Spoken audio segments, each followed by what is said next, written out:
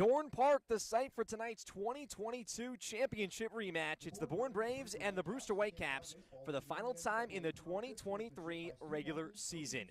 Good evening, everybody. Alongside Matt Scalzo, I'm Cam Manna with you. What a night for some Cape League baseball here from Bourne. But Matt, Bourne looking to bounce back. A tough loss last night against Orleans, 5-3. How did the Braves get back on track?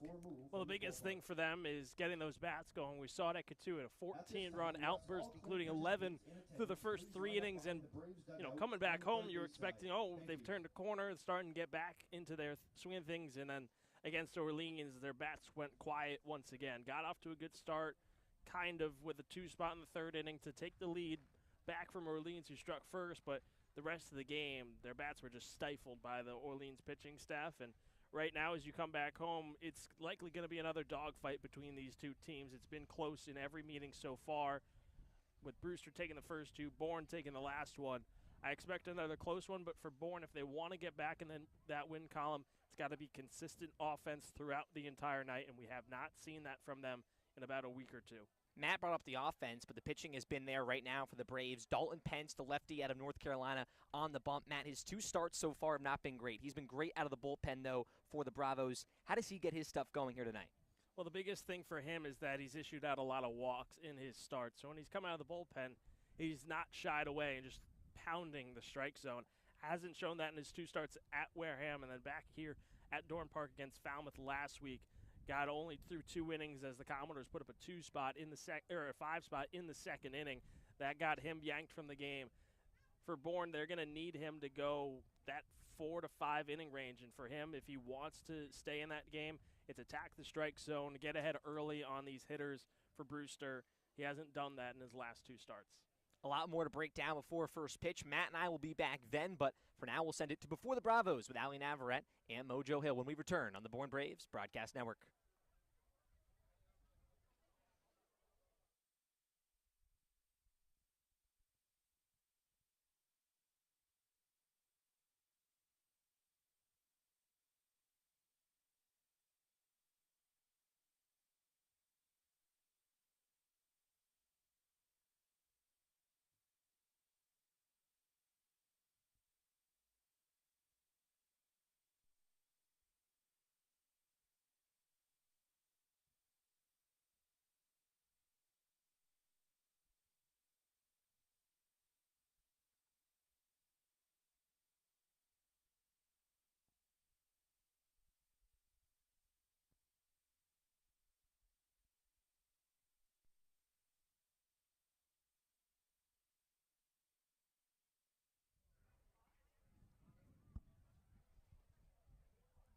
Welcome on in to another edition of Before the Bravos. I'm Ali Navarrete alongside Mojo Hill.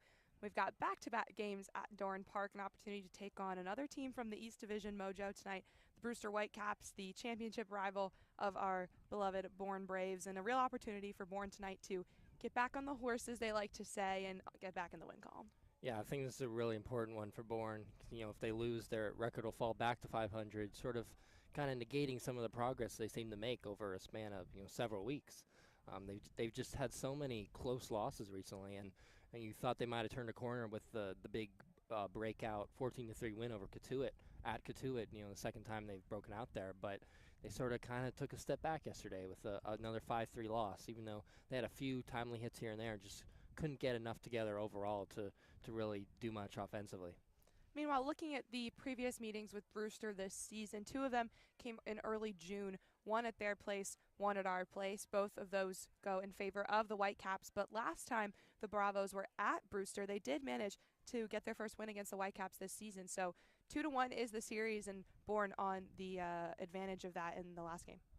Yeah, kind of a bit of a rivalry between these 2 teams now, and the Brewster, who comes from a weaker division in the East, and Bourne now down to 4th place, still in position to make the playoffs, but they've kind of faded a bit. So hopefully we can see an offensive breakout today, and just more consistent offense, really. They had the offensive breakout just a couple games ago in Katuitt, but just haven't been able to sustain it enough. And then Dalton Pence, hope to see some improvement from him, because he was really good at the bullpen, but then the last 2 outings out of the rotation haven't gone super well.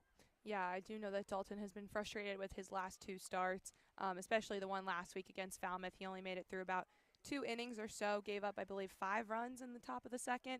Just a tough day for him. But like you said, back in the beginning of the summer when he was just coming out of the bullpen, he was doing really, really well. And I think Bourne's pitching still overall has been good. We saw pretty good night from Bryce Cunningham. Didn't necessarily have the strikeout numbers he's used to, but he was still able to, hold Orleans to, I think, just 1 run when he was on the mound and give the Bravos a real opportunity to come back. And I thought, last night, despite the loss, some of the bats were still very much alive.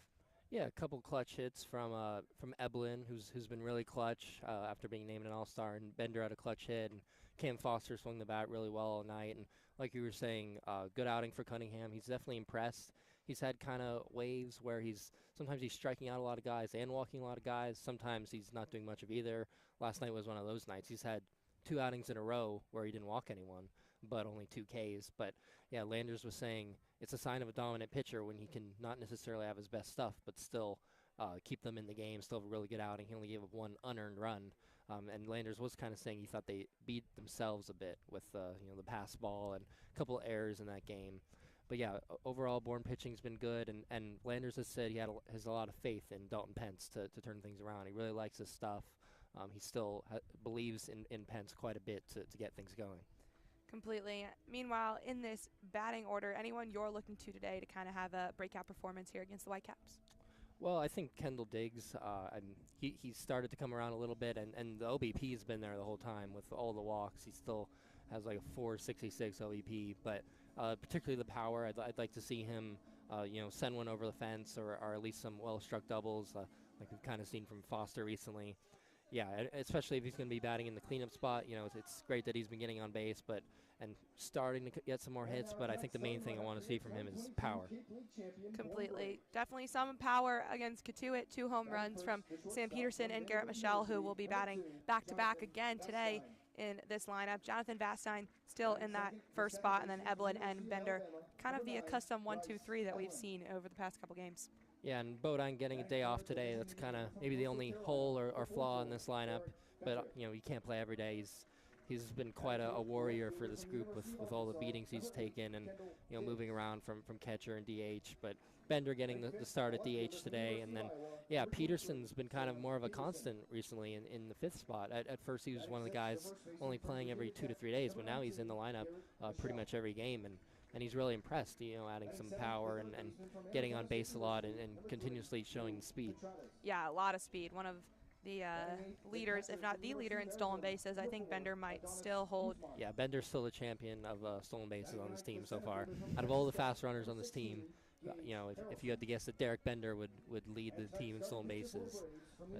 Baseball is funny that way sometimes. It does, yeah. You mentioned Sam Peterson. He's been playing really consistently. Obviously, Chris Stanfield left the Bravos, so only 4 true outfielders, I think, on this roster right now. And Peterson, Harrelson, Diggs, and Shifreda. We obviously see Derek Bender sometimes. We saw JKG there last week, so obviously trying new things. But, yeah, we'll see how Peterson and the rest of the Bravos fare. We'll take a quick step aside for the national anthem. When we come back, Cam and Matt. And at this time, we ask you please rise for our national anthem.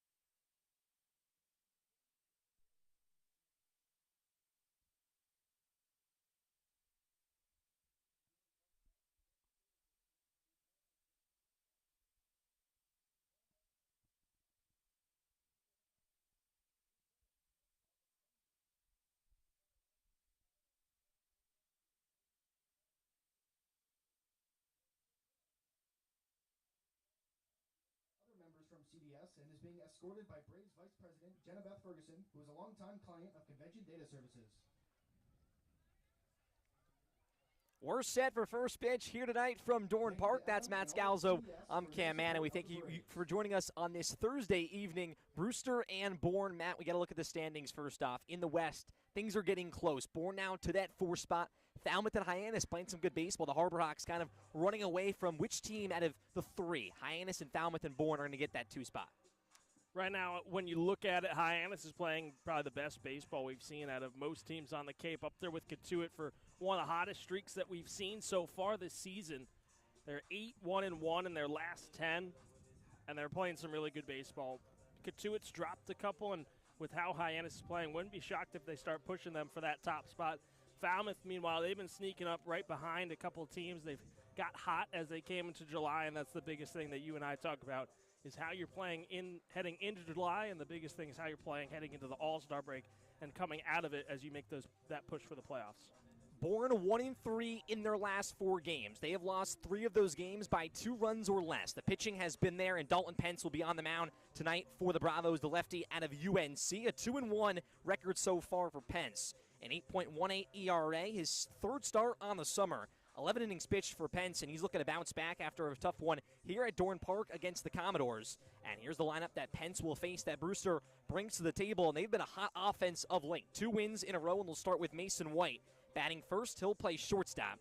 Davis Diaz will bat second, and he will play third base. Josh Pearson, he's batting .342 in his first 12 games. He'll bat third and play left. Jared Jones will bat fourth, a guy that's in the home run derby. Ike Irish will bat fifth, he'll do the catching. Jaime Ferrer will bat sixth and play right field. Michael Robertson will bat seventh and play center. Patrick Forbes, he'll bat eighth and do the DHing. And Peyton Green will round things off, and he will play second base here tonight. Beautiful weather, 78 degrees, sunny. A great night for baseball here from Dorn Park. Last night, the Braves, a 5-3 loss against Orleans. This, the 4th and final meeting against Brewster. And Brewster has come to Dorn Park one time this season. It was a back-and-forth game, but the Whitecaps blew that one open with a grand slam from Trevor Warner, who actually just got drafted in the past week. That was a 9-5 win back on June 24th. The Braves took the last meeting back on July 9th, and that was at Stony Brook Field, a 5-4 win for the Bravos. Dalton Pence, there he is, set on the bump for the top of the first inning. And Mason White, the first hitter that he will see. Wind blowing in here just a tiny bit at Dorn Park. Beautiful night for baseball. Pence, the lefty, is set. White, the lefty, is in. And the first pitch, and we're underway here on the top of the first, right down Main Street, 0-1. First pitch coming at 6:02, 78 degrees and sunny. Pence fires in the 0-1 pitch. A wave and a miss from White. Down 0-2. White out of Arizona, batting .200. 2 home runs and 11 RBIs for him. Pence, the lefty, looking for punch out number 1. Fires in the 0-2 pitch. Fastball outside corner, just going to miss. The whole plate umpires tonight calling balls and strikes. Behind the plate will be Steve Williams, Mike Griffin at first, and Charlie Campbell at third. As the 1-2 comes in, it's low, and Guzman with the block. Brewster, 2 straight wins for the Whitecaps, and they're playing a lot closer baseball in their East Division, 3.5 games back of first place from YD. Bourne chasing a lot more. Less about if they can get into first, chasing 6 behind Katuitt, but get back in that 2 spot, 3 games behind Hyannis. Pence the 2-2, chopper first base side. Michelle picks it up on the backhand. He'll flip to Pence at first. Close call. It's not in time. An infield single for the speedy Mason White. He'll lead off this game on first, and we'll take a look now at your Bourne defense. And we start from left to right in the outfield for the Bravos. It's Sam Peterson. Gage Harrelson, he'll do the anchoring in center. Kendall Diggs back in the lineup and in right.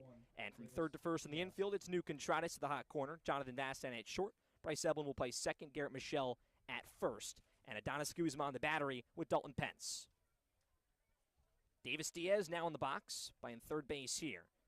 An all-star nod out of Vanderbilt. Teammates with Jonathan Dastan, who's at short. Pence a throw over. Back safely is White. Yeah, you touched on them being college teammates. Well, they'll start opposite one another in the all-star game, both at shortstop for the East and West, respectively.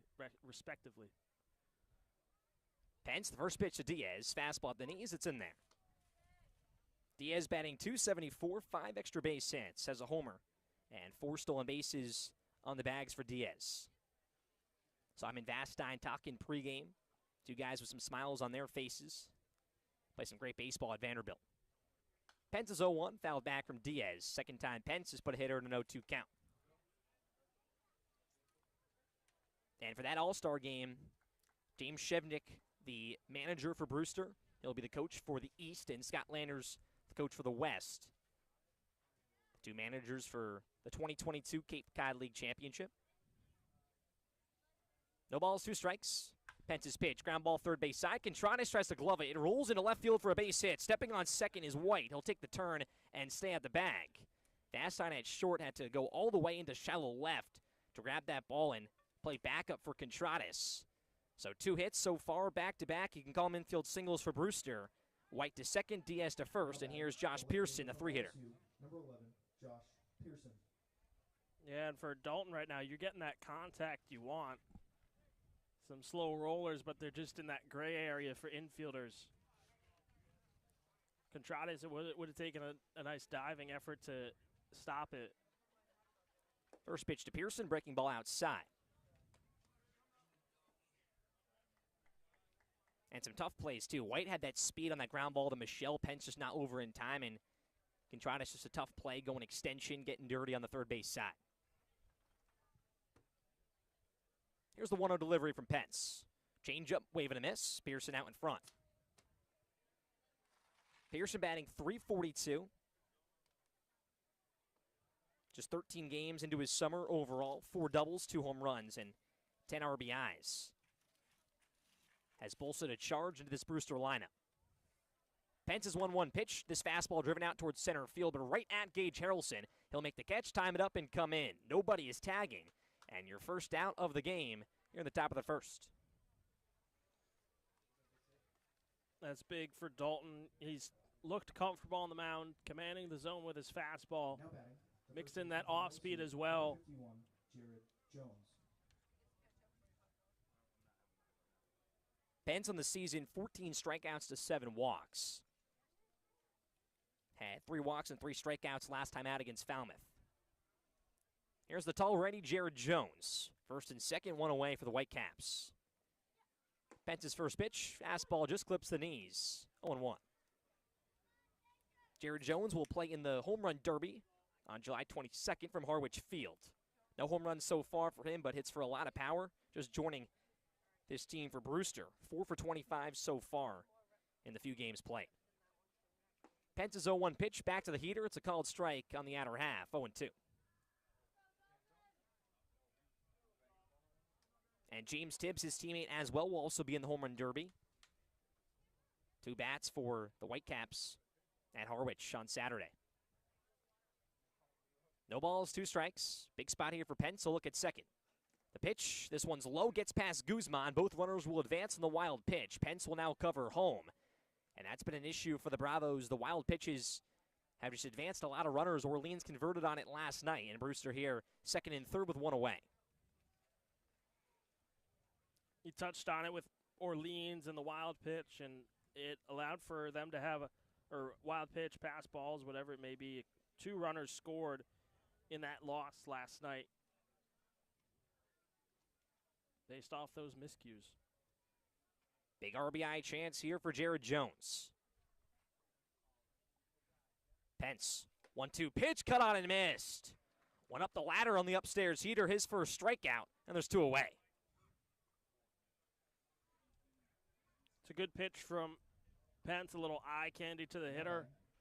Right at that top of the zone, elevated a little more. And Jones, a big guy. He's an aggressive hitter, hasn't gotten his bat going, but like Cam said, he's got power. Saw a big opportunity, want to put his team ahead early. Here's the catcher, Ike Irish, first pitch, foul tipped into the glove. And Pence working ahead early on these Brewster bats, 0-1. 2 runners on here for Brewster, both on the pond, RBI chances. A jam for Pence to work out of early. 0-1 pitch, wave and a miss. Back to that off speed, mixing up his pitches. Irish way out in front. It's 0-2. And the catcher out of Auburn, another all-star in this lineup. 7 all-stars overall for Brewster. A long look in here from Pence. No balls, 2 strikes, 2 away. The pitch to Irish. Outside corner on the off-speed, just going to miss. The crowd wanted it. And Irish stays alive here on a 1-2 count. 290 hitters, 7 RBIs. That OPS, 735 at the moment.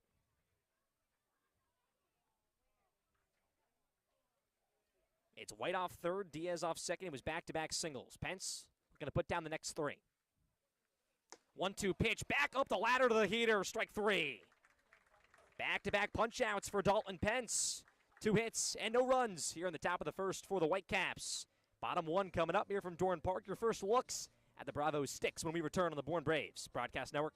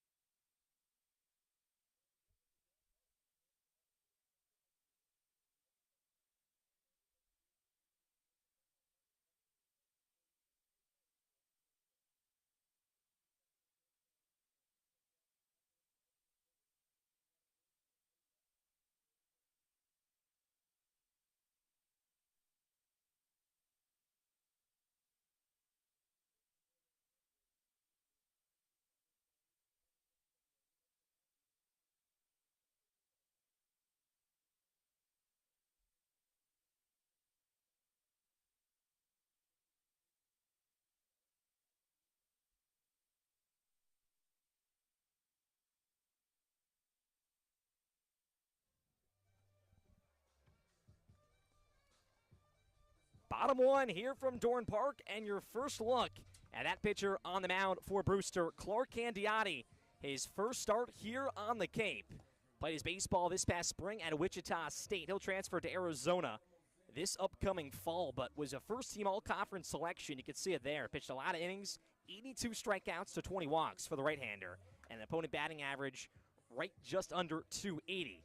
And this is the lineup that he'll face for the Bourne Braves. We're going to get back on track on the offensive side. We'll start with Jonathan Vastine. He'll bat first and play shortstop. Bryce Eblin will bat second. He'll play second base. Derek Bender in the 3-hole. He'll DH. Kendall Diggs in the cleanup spot playing right. Sam Peterson, he's been hot. He'll bat fifth and play left. Garrett Michelle will bat sixth and play first. New Contreras in the 7th spot and at the hot corner. Adonis Guzman, he'll do the catching and bat 8th. And Gage Harrelson bats 9th and plays center field.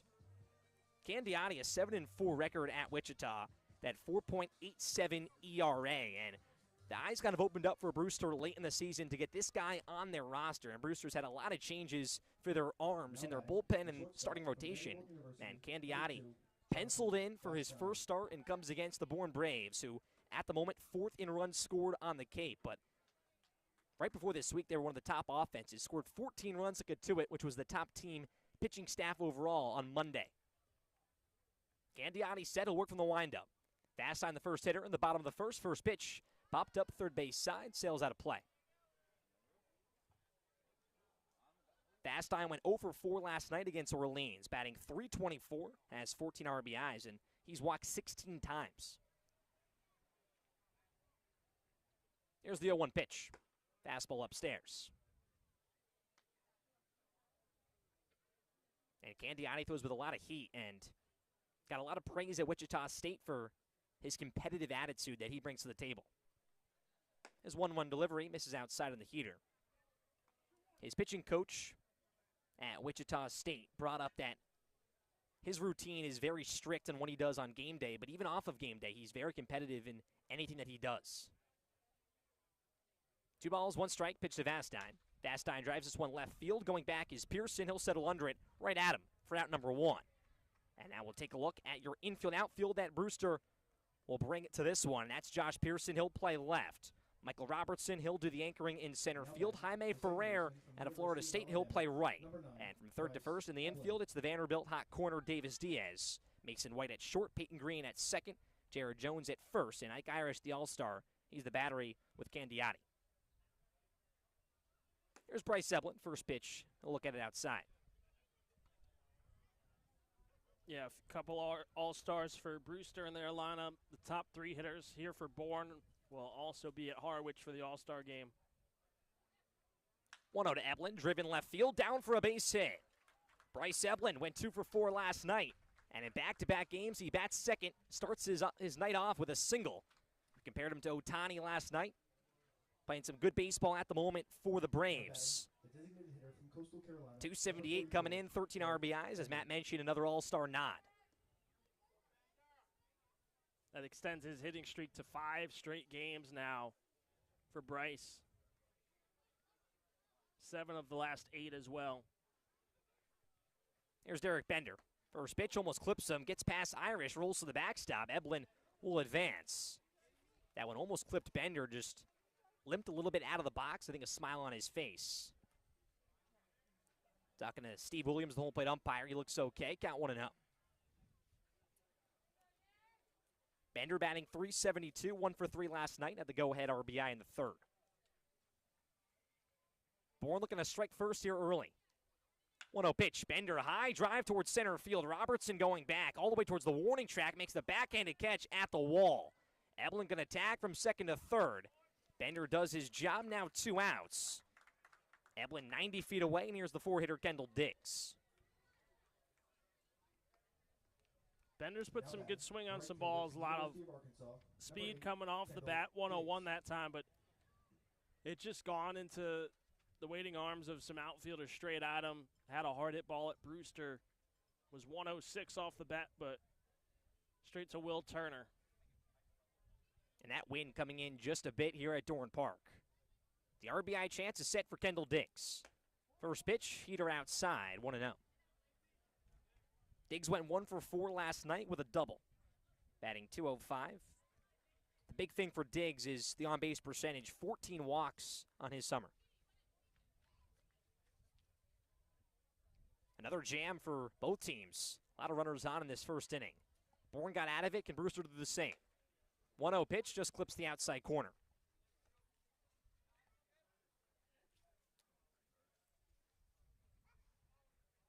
And Diggs, too, has done a lot in right field. Bourne's lacked some outfielders with a few of the departures of some of the guys in their roster, but Diggs has stayed put in right. Gandiotti, 1-1 pitch. Diggs fouls it back. His bat goes flying. Man, something about the Bourne bats. We saw that twice last night. And Diggs' bat went flying. Looked like almost in the Brewster dugout. James Tibbs coming out, the All-Star, giving the bat back to Diggs. And there's that pine tar, man. There's something in the air. I guess when you're in the lefties batter's box, Garrett Michelle threw him the pine tar. He's lost his bat one time. I've never seen anything like it, really. And the amount of times we've seen it is starting to become a little concerning. We've seen a lot of kids on that first base side just go sprinting after those bats. Can definitely be dangerous, as Matt mentioned. Here's the 1-2 pitch, change up inside. Just blocked from Irish. Keeps Eblin steady at third. Diggs looking for RBI number 2 on his summer. Pence stranded second and third in the top half of the first. Bottom half here, Gandiotti in his first appearance. Looking for some of that same magic early on. A long look in for the right-hander. The 2-2 pitch. Diggs check swing, pitch of the knees, just low. Gandiotti was waltzing off the mound. Now a full count. Sam Peterson in the on-deck circle. He's been very hot of late, picked up his first home run, a 2-run shot on Monday against Katuitt. 3 balls, 2 strikes, 2 away. Here's the payoff pitch to Diggs. Diggs drives this one out deep to left field. The wind taking this one. Pearson going back at the warning track, looking up, bounces against the wall. Diggs rounds first base. He'll dig into second base. It's an RBI double for Kendall Diggs. Bourne strikes first. Here in the bottom of the first, it's 1-0. Yeah, and for Kendall, he's been swinging the ball well. He picked up a double last night, has had some hard hit outs as of late. His bat's slowly starting to come around, and there he gets rewarded. High fly ball. Pearson didn't get a great read off of it, and he picks up his second RBI of the summer. 2 nights in a row, some doubles for Kendall Diggs. Sam Peterson looking to keep it going. First pitch popped up out of play, first base side. And that's what Bourne has been looking for early on in baseball games is the runs to help out their starting pitching. But Matt has brought it up multiple times. It's the crooked numbers. Can Bourne be consistent with the bats in an inning and pour it on? Peterson batting .296. The 0-1 to him. Foul tipped. And off the mask of Ike Irish, quickly 0-2.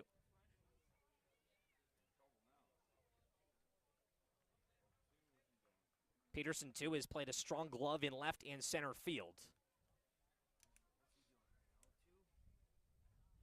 We mentioned the switch-up of Peterson's style overall from the cleats to the helmet. As Kendall Diggs off second base with 2 away. Can Bourne keep it going? Can Brewster head to the second, keep it where it is? The 0-2 pitch, off spin outside. Peterson not biting.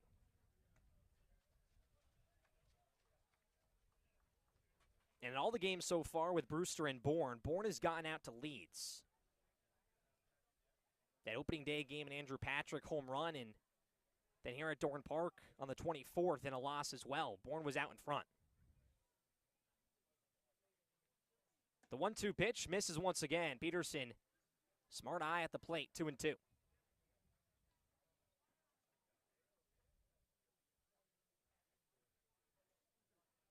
There's Garrett Michelle right behind Peterson waiting on deck. Diggs off second base. A lot of pitches thrown from Candiati here early. Takes a look at second. The 2-2 pitch. Peterson fouls it back, staying alive.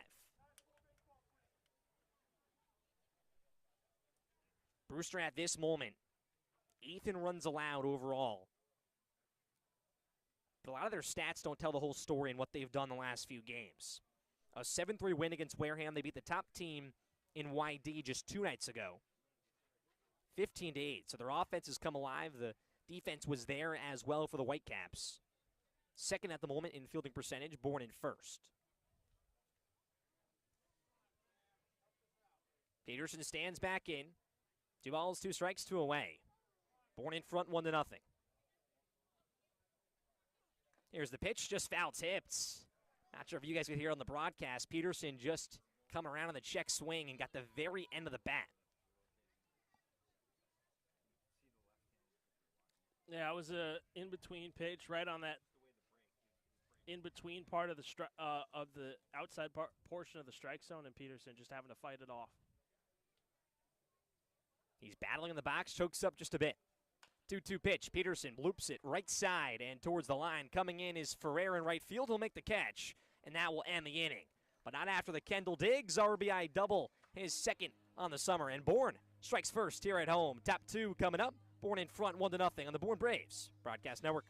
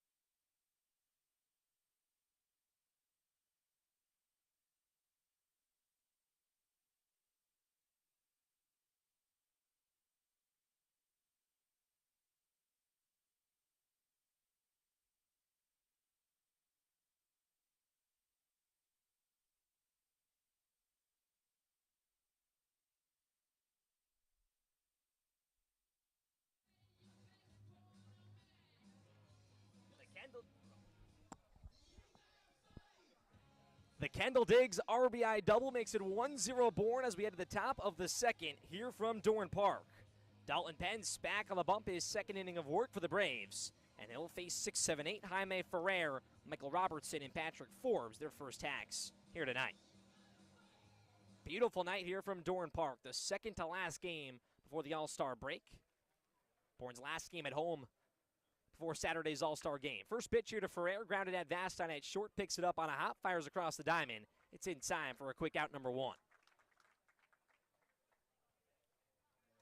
Tougher night last night for Vastine, and the infield made 2 errors that were still tough plays for him at short, but nice play for him to get back on track. Notch out number 1 here in the second. University of Florida, number 32, Michael Robertson. Here's the center fielder, Michael Robertson. Lefty on lefty matchup. Bentz's first pitch, fastball hits the strike zone. Robertson batting 150, just his 10th game of the summer. He's 3 for 20. The 0-1 pitch, fastball inside corner, just going to miss. Plays his baseball at Florida for the Gators. Pence set, 1-1. Cut on and missed. 1 ball, 2 strikes. Pence has gotten ahead in basically every at-bat so far. The 1-2, big swing and a miss from Robertson. Strikeout number 3 for Dalton Pence. Those 2 away. And now we're starting to see a very similar Dalton Pence that we saw in those bullpen appearances early in the season. Not sure whether it's because he shaved or if he's just feeling a bit more comfortable today. First pitch to Patrick Forbes, a high drive towards left field. Peterson looking up at the wall, all the way to the wall, goes into the wall, and the ball is gone. Into the Bourne bullpen. The Bravos get 1 in the first, and Patrick Forbes right back for Brewster on the solo home run. His second on the summer. We're knotted at 1 apiece here in the second. Well, I think that might be an announcer's jinx for me. That might be the biggest one I've had happen to me so far. But I mean, Forbes, for someone who's listed as a pitcher, he's one of a kind 2-way player. Here's the 9-hitter Peyton Green, first pitch low. 99 off the bat. I mean, that ball was crushed. It was so high up in the air, you weren't certain initially with how deep Dorn is, but man. 1-0 pitch, out in front, a swing and a miss. 1-1. And that ball was in the air for a long, long time, and it tailed Peterson from normal depth in left all the way towards the bullpen into the wall. 1-1 pitch, off speed, just going to miss outside. 2-1. And Forbes' 5th RBI as well. Towering fly ball gets out of here. 2-1 pitch, another swing and a miss from Green. Makes the count 2-2.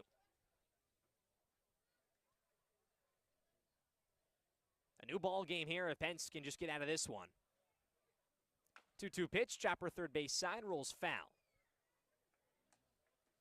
And that's been the luck for Bourne as well early on in games. A lot of teams have been able to crawl back. Brewster better than anyone against the Bravos. Don't go away easily. Pence's 2-2 pitch, dribbler third base side past the Bourne dugout. Derek Bender came out, tried to make a play. 3 strikeouts so far for Dalton Pence. 3 hits, one of them being the home run. Looking to put out the 9-hitter from NC State and Peyton Green. The 2-2 breaking ball just knobbed foul out of play. Green batting .220. Has a home run and 8 RBIs in his season. 5 stolen bases as well. Turns over this lineup in the 9 spot. Can Pence do it this time? The 2-2. Fastball just going to miss on the outer half. Good frame from Guzman. Pushes it full. Pence, you just got to settle back in here.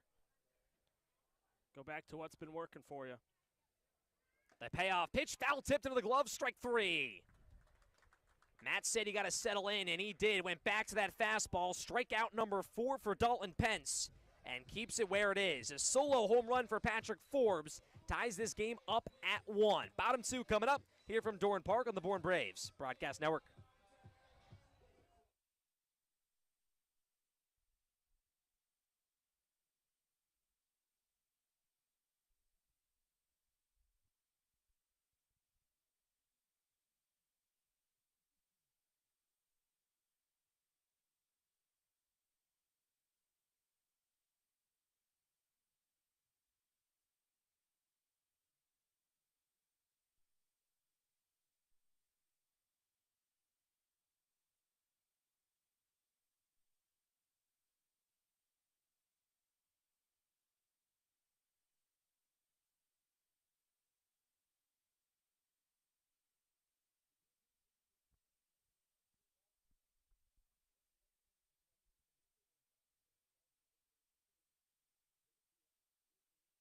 Gibbs, Ike Irish, Joey DeShallow, Brock Tibbetts, and Patrick Forbes responds for Brewster in the top half of the second, ties this game up at 1 apiece. And Clark Candiotti back on the bump, and we learned some interesting news before the game. Clark Candiotti, a great pitcher for himself, what he did at Wichita, but his dad, Tom Candiotti, a 16-year MLB career, wearing the Brewers hat there, played for the Indians, the Dodgers, a load of teams.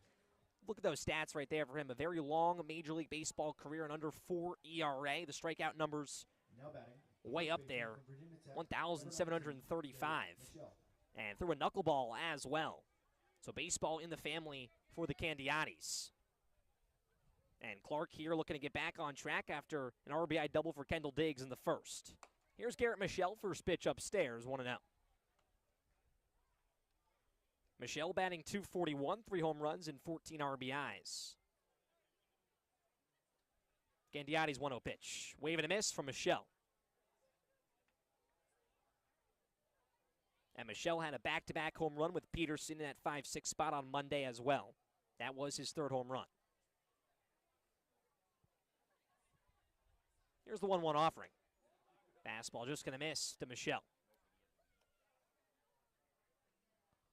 And what goes for a lot of these Braves players in Scott Landers' lineup, you get 2 days on, a day off. And Michelle now back in the lineup for the Braves. The 2-1 to him, big cut and a miss at the heater upstairs, 2-2. And the last time we saw him was Monday at Katuitt, picked up his 3rd home run of the season, back-to-back with Peterson. Candiotti's 2-2 pitch, chopped in the box right off Michelle, and he goes right to the ground for a quick second. Takes a stroll towards the first base side. Stays alive on the 2-2, got to shake that one off.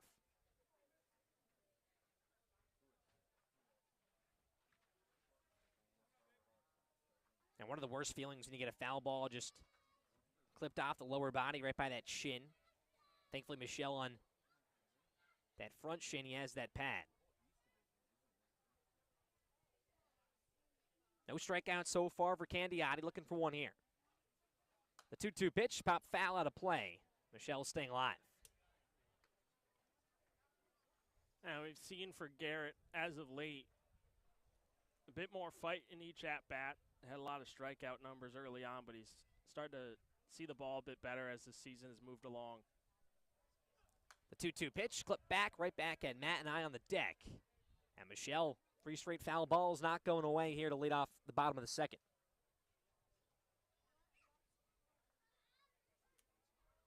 He's found ways to drive in runs and looking to stay hot and consistent here after the strong game on Monday against the Kettleers. 2-2 pitch, Michelle, same result. Foul ball, he'll stay alive.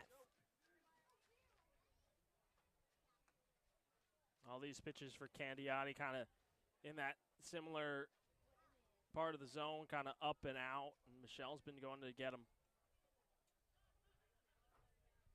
Trying to push his luck right here once again. Candiotti's 2-2. Michelle, a fly ball towards right field and shallow towards the line. Ferrer coming in. Bermuda triangle. It drops down for a base hit. Peyton Green, the second baseman, came all the way back to pick it up. A leadoff single for Garrett Michelle here in the bottom of the second.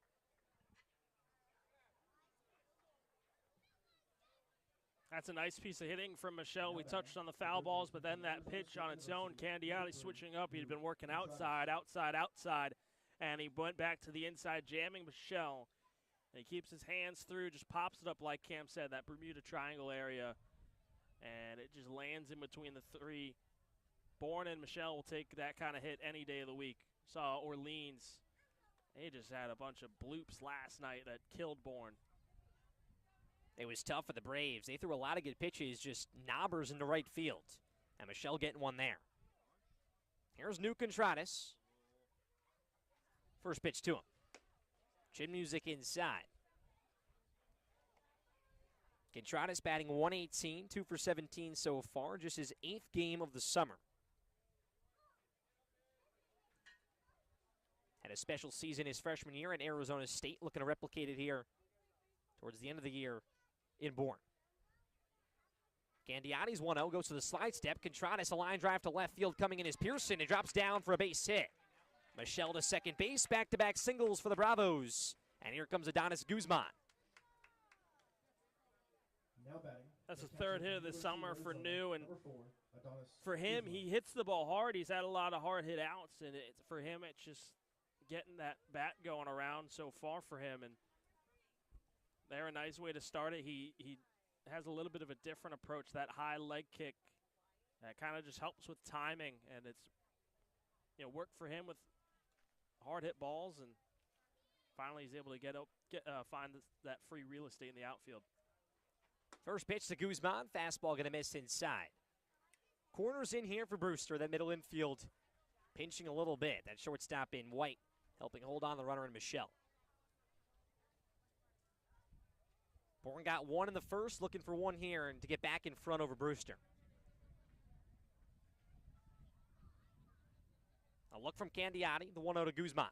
The pitch, chopper third base side and foul.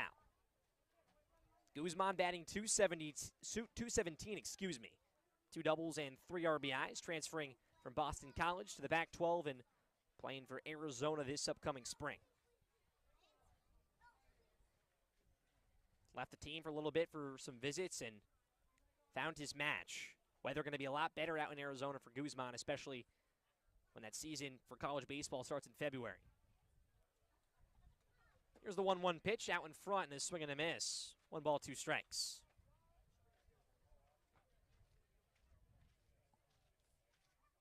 Michelle still waiting off second. Contreras off first. The back-to-back singles.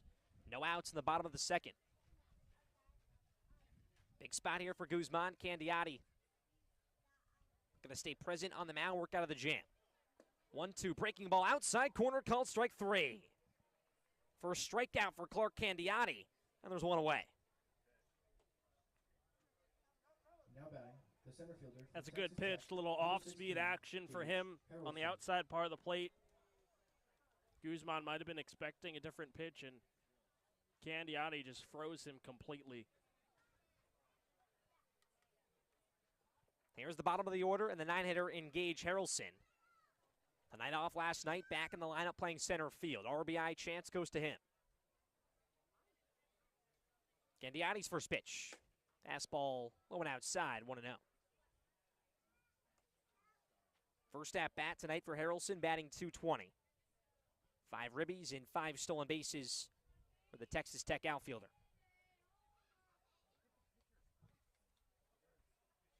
Saw the ball well against the Kettleers and as well against Hyannis.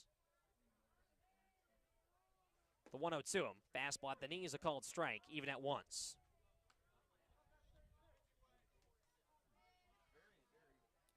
Third baseman in Diaz still in. The first baseman in Jones all the way back behind Contreras at first.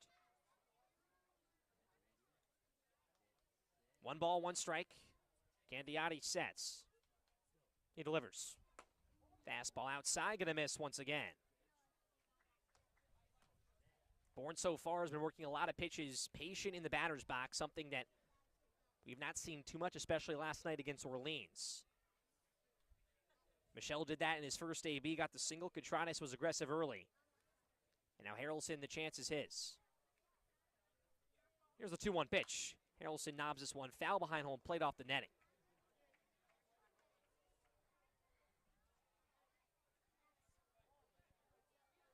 Bastine waits on deck. They're the Bourne Braves bat boys for tonight. Right next to Caden Bodine and Hugh Pinckney, who we saw in the press box before the game, both getting the night off.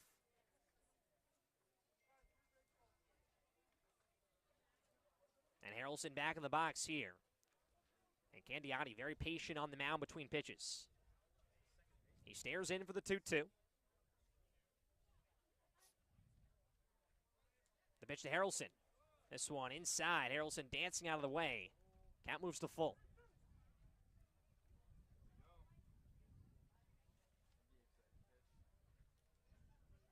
Normal depth for the Brewster outfield.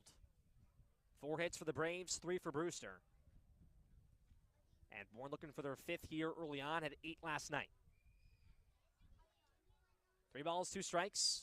Here's the pitch. Ground ball, first base side, into right field for a base hit. Michelle gets the wave at third base. Picked up from Ferrer in right field. No throw home. The throw to third is not in time. Gage Harrelson gives the lead to the Braves. It's 2-1 on the RBI single. Now batting, the And he shortstop, touched on, Cam touched on Gage, starting to see the ball a bit better. Had a midseason kind of slump for him, and now he started to turn it back on. It's 6th RBI for him this season. And he just turns on that fastball in the outer half, finds that gap on the right side of the infield, and Garrett Michelle, the instant green light from Topoleski at third. Contrades also being aggressive as he saw Ferrer struggle to pick up the ball in right field. First and third now for the Braves. Top of the order in Jonathan Vastine. First pitch, this one flowing out left field, way out of play. And Michelle got the wave. Topoleski always very aggressive at third, but a good read there because Ferrer didn't pick up the ball cleanly right away, and that's why he had to go to third. Third baseman and Diaz still in, middle infield back and pinching. And Jones at first holding on the runner in Harrelson. Vastine 0 for 1 so far. Harrelson not going, he faked it, pitches low. Irish had trouble on the exchange, but keeps it in front and Contrades staying put at third. Bourne loves the movement on the first and third here, and we've seen them a few times just give up the out for the run. A few times the first base runners will just get caught in a rundown, and the guy in third will come in to score. You wonder if they do that here even with one out in top of the order. Candiotti a pick over to first, nothing going with Harrelson. I think that was what was on there for that pitch. And with the ball skipping away, Harrelson wanted to try and keep that intact. Just held over at first. We'll see if they go back to it at any point here again. Harrelson going here on the 1-1. Chopper right up the middle. Contrades is going to come in and score. Picked up at second from Green. The throw to first, not in time. Vastine with the speed. It gets past Jones. Harrelson to third. And Vastine drives into a run. Just a chopper there way over the head of Candiotti. Contrades plates home, 3-1 Braves. Now batting. Yeah, that's a ball that's just University of Alabama, number 9. hit so hard and so high off the ground. I mean, according to TrackMan, that came off 110 miles per hour off Vastine's bat. Oh, man. And bounced off the infield grass. It bounced so high in the air. Pick over to first, Vastine back safely. That it's that in-between range for Green at second base. That's so high in the air that he's got to wait for it to come back down. By the time he picked it up, Vastine was 2 steps from first.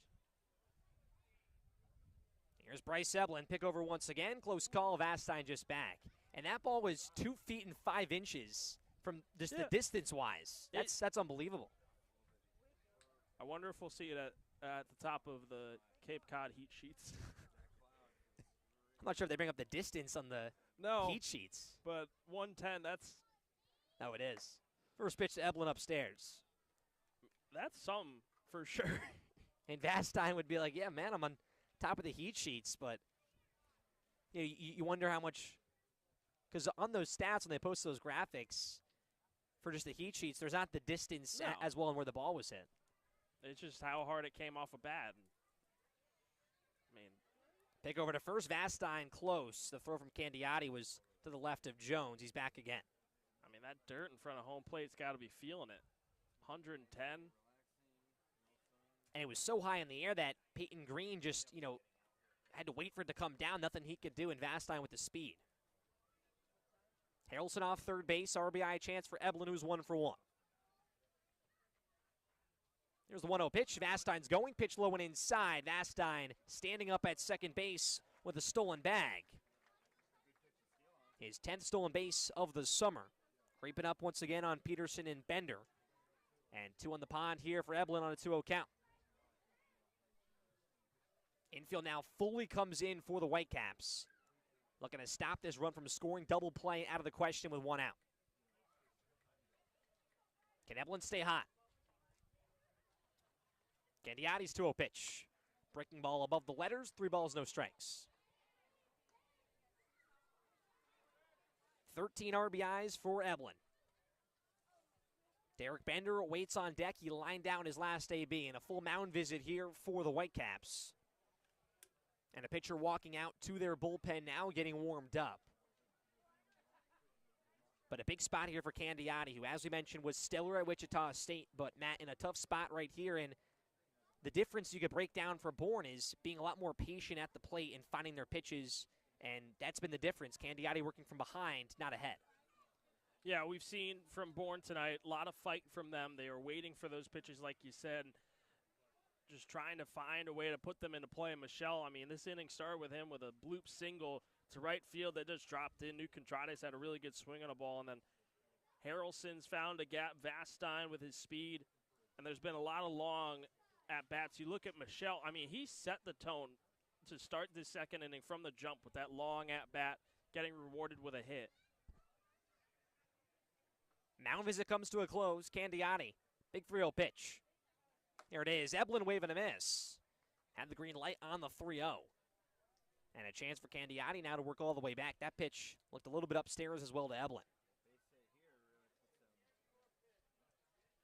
Vastine with speed off second. Same with Harrelson off third. Base hit. Could very well score both. The 3-1 offering. Eblin, ground ball, first base side, into right field, a base hit. Harrelson scores. The wave from Vastine, churning the legs. He's in there. The Braves bats. The lumber is burning. 5-1 on the 2 RBI single for Bryce Eblin. Now batting, the designated hitter from Coastal Carolina, number 44, Derek. Bryce just is so good at finding those gaps in the infield. He doesn't have to hit the ball extremely hard. He finds the that free open area in shallow parts of the outfield, and then with the infield in, hits it hard enough to where it's out of reach for any outstanding play by an infielder.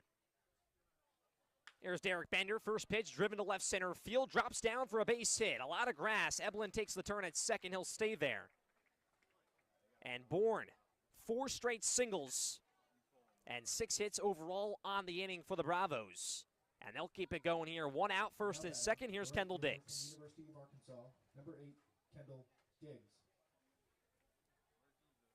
And that was Eblin's 15th RBI, his 14th and 15th for him. He's off second base. Bender off first. Kendall Diggs in the box. First pitch to the lefty, called strike on the outside corner.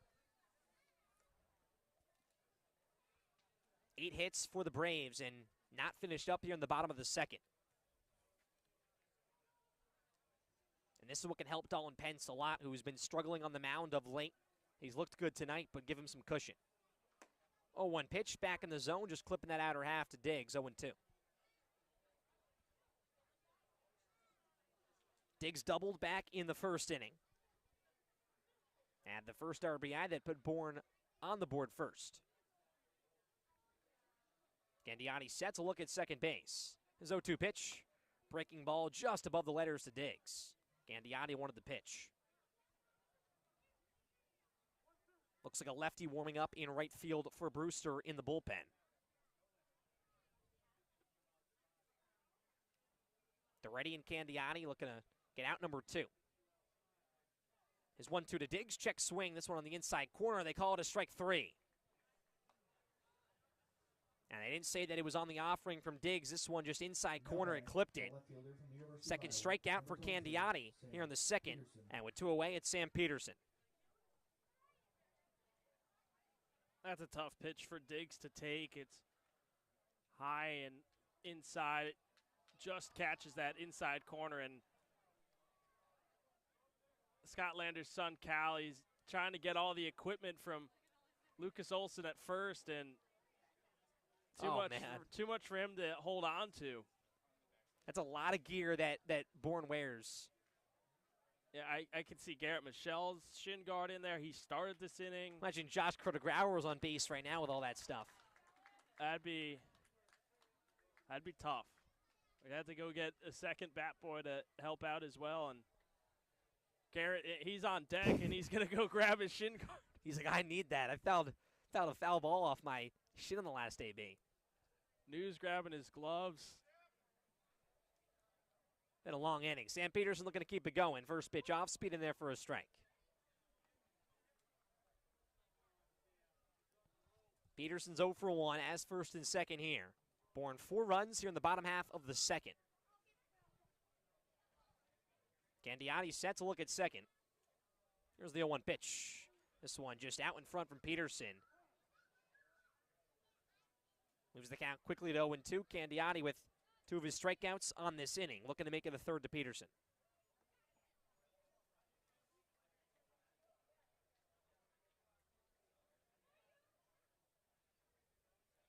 Outside of Katuitt, the biggest lead that Bourne's had in their last 5 games. The offense soaring at the moment. The 0-2 pitch, wave and a miss. Peterson out in front. 3 strikeouts for Candiotti here in the second, but not after Bourne puts 4 runs on the board. Gage Harrelson highlighted on the 2 RBI single. Makes it 5-1 Bravos. Top 3 coming up here from Dorn Park. You stick with us on the Bourne Braves Broadcast Network.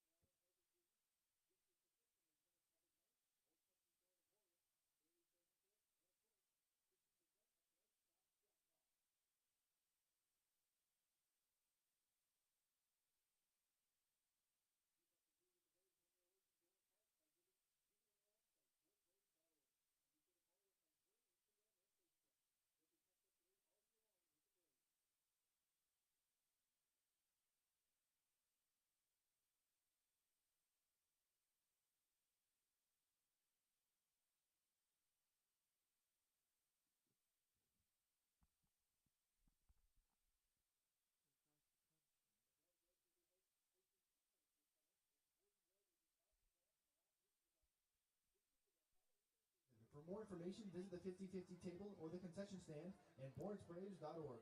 Insurance for Dalton Pence after 4 runs in the bottom of the second for the Braves. A 5-1 lead. And top of the order here for Brewster, Mason White, Davis Diaz, and Josh Pearson all due up.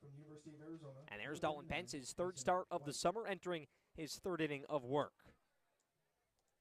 The left-hander sets. First pitch to the lefty and White. This one a pop up high in the air, first base side. It's going to sail out of play. White 1 for 1, led off this game with a single. It was back-to-back singles for Brewster. They did not score in the top half of the first. Pence set, 0-1 breaking ball, right down Broadway, 0-2.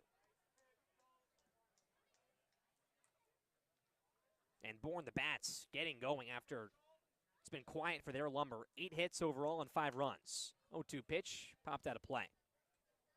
A 5-3 loss last night against Orleans. The losses overall for Bourne in their last 4 games. 2 runs or less.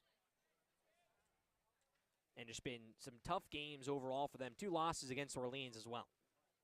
0-2 breaking ball, not biting as White. They'll stay alive.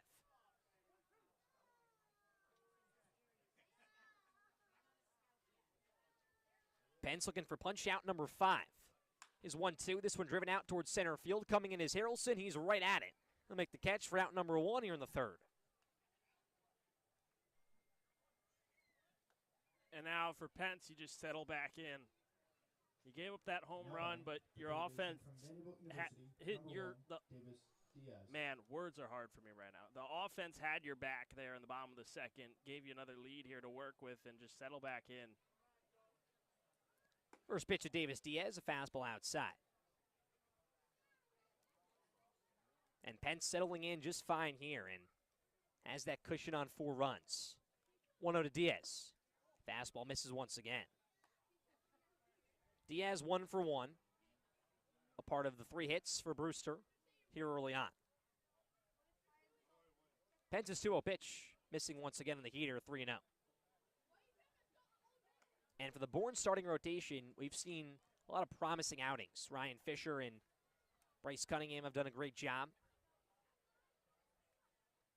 And Dalton Pence looking to get his starting outings going. His 3-0 pitch, called strike on the inner half. They'll try to work back.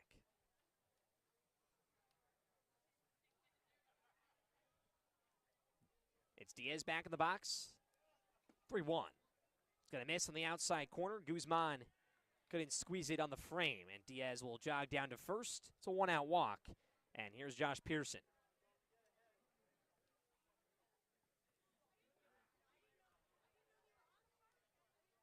For Pence, too, he was very good out of the bullpen early on in his stint this summer, but the lack of pitching for the Braves, especially in their starting rotation, Pence got knobbed that starting spot.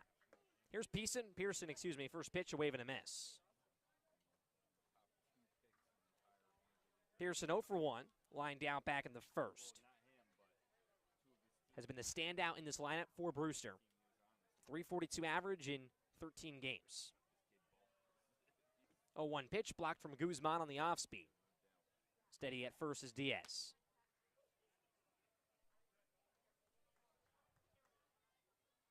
That wind coming down here from Dorn Park, a packed house here for some Thursday night baseball. And Bourne's giving the fans something to cheer about here early on. Pence sets, pick over to first base, back standing is Diaz.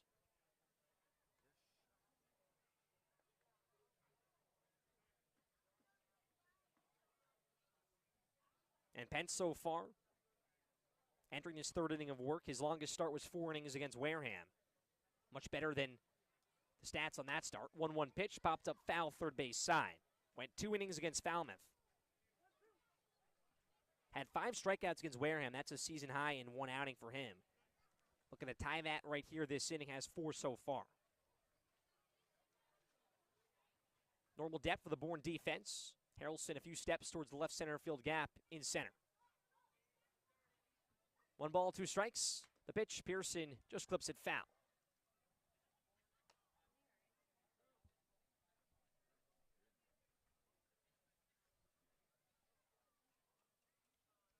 A lot of long at-bats for both of these teams. Pence and Candiotti like to change their pace, work a little bit slower on the mound. Pearson waves his bat, digs back in. The 1-2 once again. Fastball up and inside, 2-2.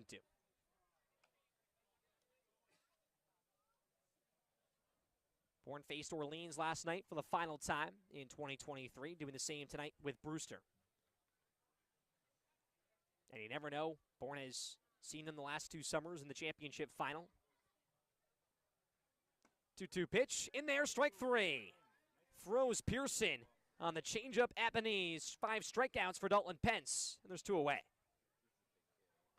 Now batting. Long at bat for Pence. Number 51.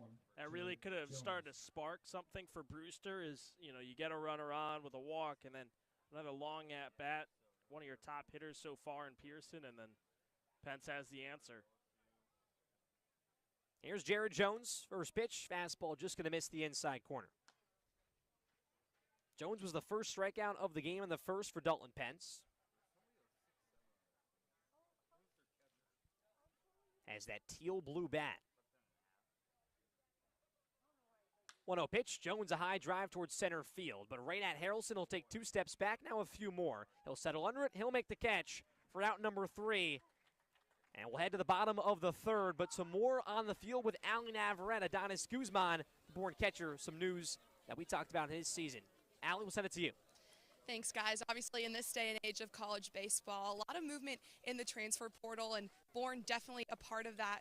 Adonis Guzman, our catcher behind the plate tonight, just committed to transfer out of Boston College to the University of Arizona, so he's going to be a Wildcat in Tucson this fall. He told me he's obviously very sad to leave all his teammates at BC, but is very excited for the opportunity to head to the opposite coast and get new experiences with college ball. Back to you guys when we come back.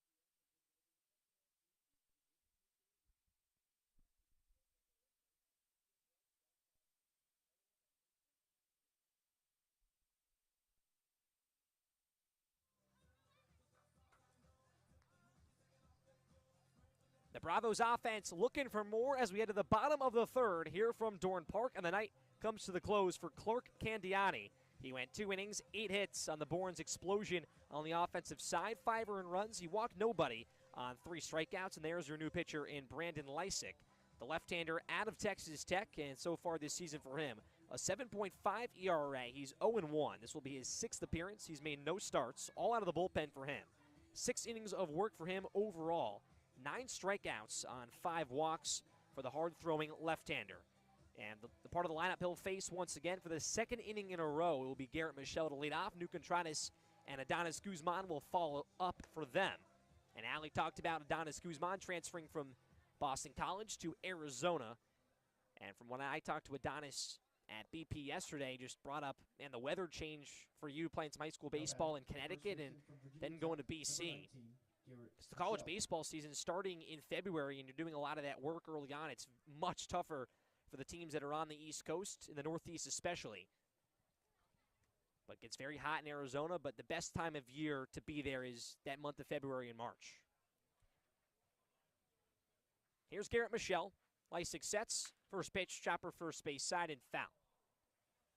Yeah, I can say at Penn State when those first home games come in early March, you're sometimes in freezing temperatures, and you look at the players out there, and they're in the full ski mask. You only see the eyes. The 0-1 pitch, fastball in there. I'll talk about the Ithaca area, and man, with baseball there. And Matt Chase is one of the baseball op guys that Matt and I talk to a lot. He's a pitcher for the Bombers the last 4 seasons. Freezing to say the least. 0-2 pitch from Michelle, popped up high in the infield. Diaz at third base coming all the way over towards the mound. Now the first base side, he'll make the catch and call everybody off for out number 1. But weather a big factor, obviously, here on Cape Cod. Beautiful in the summer. Kind of just paradise for summer baseball. But New Contreras, a guy that's played a lot of warm baseball at Arizona State, he'll dig in here with 1 away.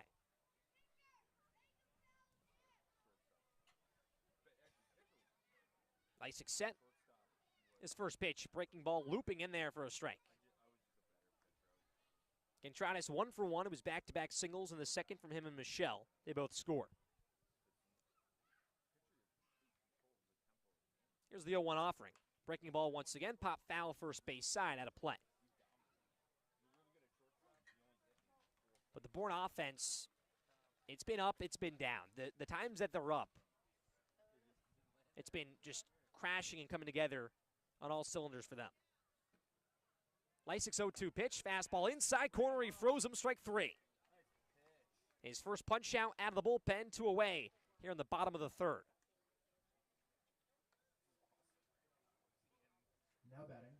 That was 89 miles per hour on the up and inside corner to Contreras. Beautiful spot from Lysick.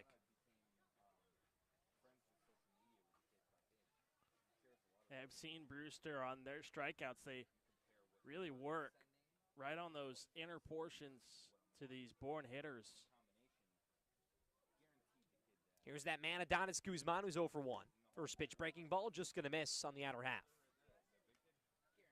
And I'm not sure. I hope we're not going to have any issues in the dugout with the Contreras ASU and Guzman Arizona duel in the desert.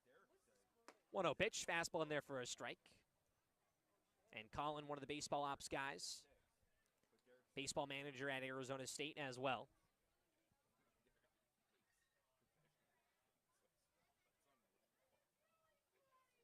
One offering, breaking ball popped up, and Guzman almost lost his bat. One hand came off. Count 1-2. Something about the Bourne Pine Tar. I don't know if there's a different brand that they may need to just keep their hands on the bat. Just as Matt mentioned, it could be a little bit dangerous, but thankfully for the netting on both sides, not often it goes way out of play. 1-2 pitch, a scorcher, third base side, and way out of play over the concession stand from Guzman. He turned on that one. We saw Lysick, similar to Candiati. Inside half for him. 1-2 pitch, breaking ball just going to miss low. Guzman holding back. Guzman there on that foul ball did a good job getting his hands through, tight to his body, firing them around. We'll see what Lysick wants to do here on the 2-2. He just went outside. Might try and go back inside. The highlight kick. 2-2 pitch. Guzman drives it out first base side and turns foul out of play. And a nice catch by a fan making the play. If Bourne needs some outfielders, there's a guy right there. They got a nice read on it. Left his feet, made a nice catch. The 2-2 once again. Chin music up and inside. Guzman laying off.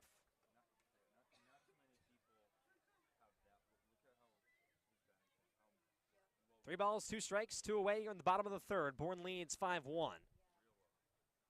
Looking to start their first two-out rally. Lysick's pitch, ground ball up the middle, and a chopper at shortstop. White picks it up. He'll fire across the diamond, and a strike to Jones for out number 3. So Brewster's first 1-2-3 inning of the game in the hands of Brandon Lysick. No hits and no runs in the bottom of the third. Brewster keeps it where it is. Bourne leads 5-1. Top 4 coming up. I'll hand play-by-play over to Matt Scalzo here on the Bourne Braves Broadcast Network.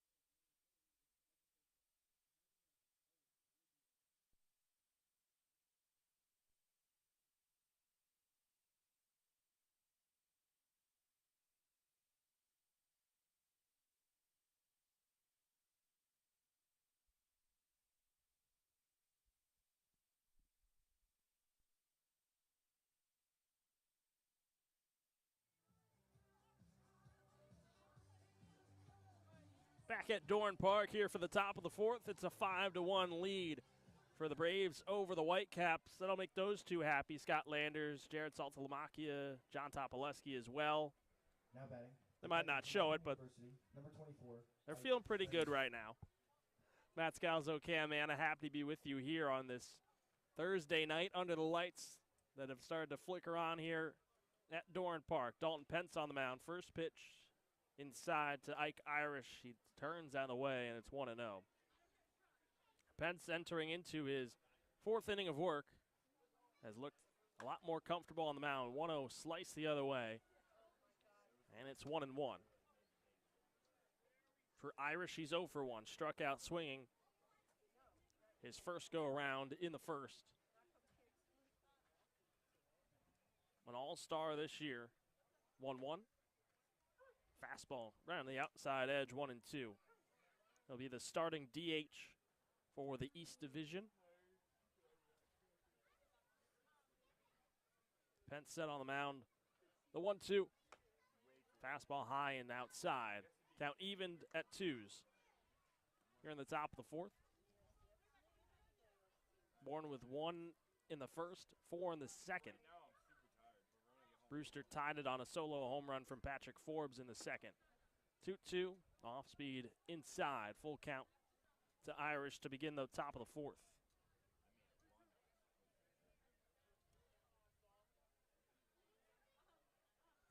Payoff pitch.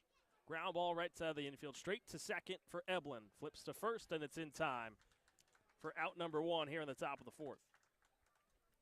And first outs have been big right now for Pence, and entering the longest that he'll go if he can get through this fourth inning will be tied for that Wareham start. But strikeouts have been there, not walking anybody, just attacking the zone early and being able to stay there and be consistent. Brings up Jaime Ferrer out of Florida State. The right fielder is 0 for 1. A ground out to Vastine, if for him is first time up. Checks his swing on the off speed. He lays off it as it misses low, 1-0.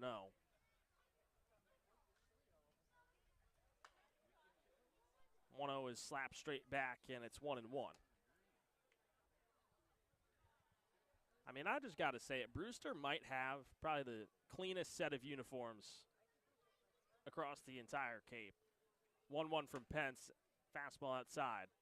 And I 100% agree. And what I will say, too, what's very underrated, people love the buttoned-up uniforms as a whole, and I think that's great, but the shirts like this with the striping by the collar is, I think, almost even better. I love this kind of look. Here's the 2-1 from Pence. Bounces in. 3-1 to Ferrer. It's just a clean look. And the way their numbers, too, just like the lettering from the Brewster, the different color blues from light to dark. A little gradient. 3-1. Fastball bounced off home plate. It's a full count. They got some really nice white home pinstripe uniforms that we've seen both times at Stony Brook Field.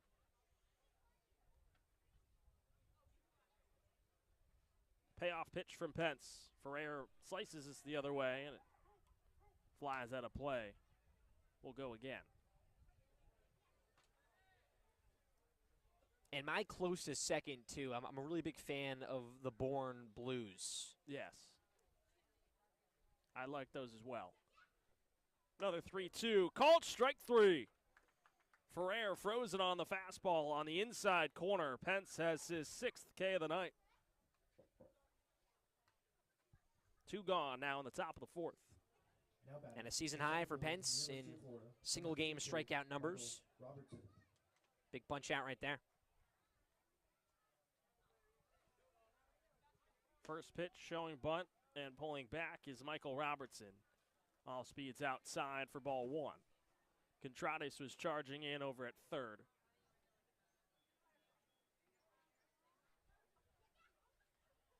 One-0. Coming up empty on the off speed is Robertson. It's 1-1. Robertson 0 for 1 with a strikeout in the second. The 1-1 showing bunt. This one's popped up and it lands foul down the third base side. Bunt will be out of order here for Robertson. And a 2-strike count. 2 away here in the top of the 4th. Contrades will move back to standard depth over at the hot corner at third. Vastine and Eblin have their heels on the outfield grass. The 1-2 outside. Count evened at 2-2 with 2 away.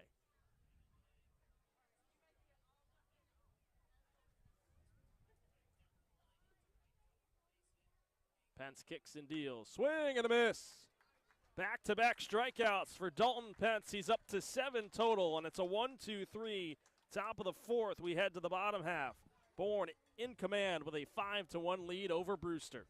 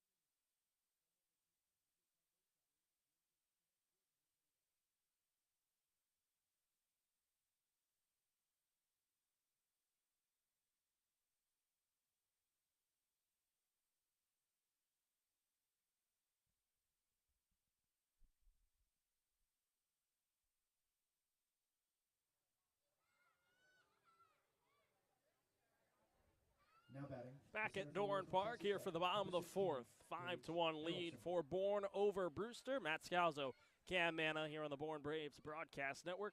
9-1-2, due up for the Bravos here, facing Brendan Lysick out of Texas Tech. Coming into his second inning of work, facing his Red Raider teammate Gage Harrelson to begin the bottom of the fourth. And the first pitch is slapped foul down the left field line. Harrelson's 1 for 1.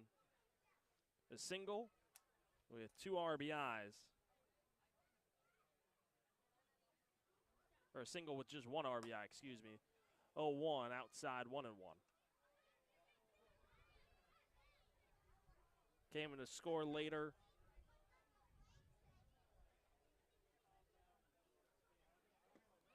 One.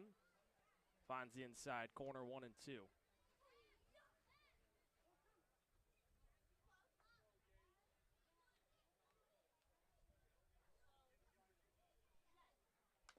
One, two. Harrelson chops it off.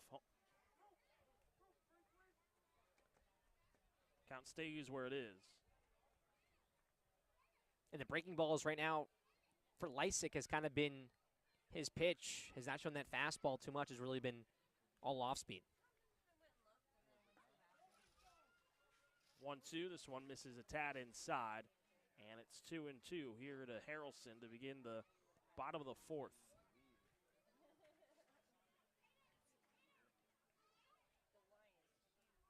2-2. This one's down and in. Harrelson's battled back, works a full count. 220 average for Harrelson coming into tonight. Looking to keep a little bit of a hot streak going for him. Payoff pitch. Harrelson pops it up. This will sail out of play. We'll go again on another 3-2 count. And all the Bourne hitters have battled, and we see Harrelson do this. He had a big walk against Hyannis that was huge in the 9th inning for him to get on and help out Bourne stay alive on a big Eblin RBI. He worked it back the same way. Another 3-2. This is outside, and Harrelson is aboard safely for the second time tonight. A single and now a walk, and the speedy center fielder The shortstop from Vanderbilt University is aboard to begin the bottom of the fourth. Turns back over to the top of the order with Vastine and Eblin to follow. And when you get Harrelson on, who's in that 9 spot, kind of the second leadoff hitter per se, and you get him on with his speed and you follow him up with these guys, very crucial for the Bourne lineup. First pitch swing for Vastine. He's fanned on the off speed. It's 0-1.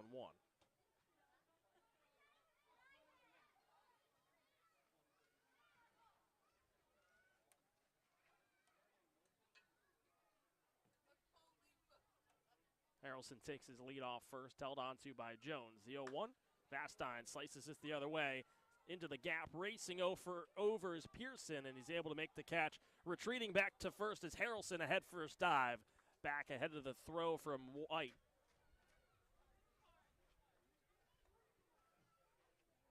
There's one away here in the bottom of the fourth.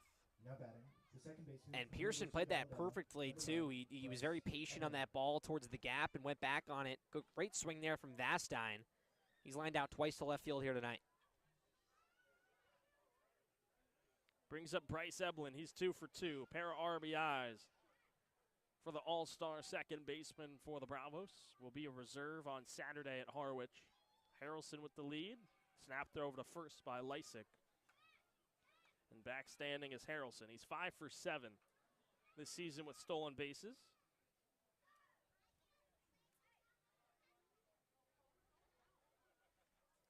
Eblin settles back in. First pitch to him. It's a fastball high and outside, 1-0. And for Eblin, too, for him to get going, came to the game batting .278 and became an all-star and kind of just got really hot since. A lot of timely hitting, as Matt's talked about. 2 hits last night, 2 hits today so far. 1-0. Eblin fouls it straight back.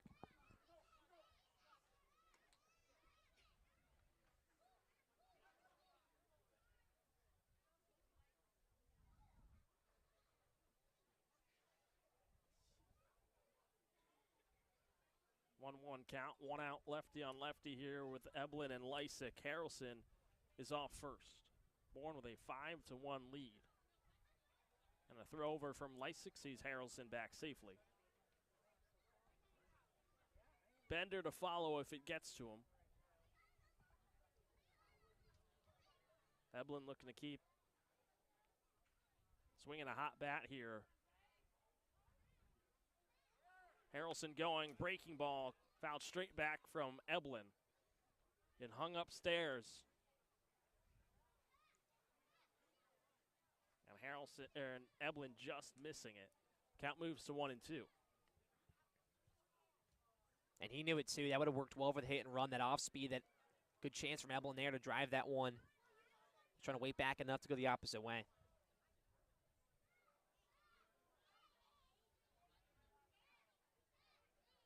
Another 1-2, breaking ball once more, and Eblin fights it off.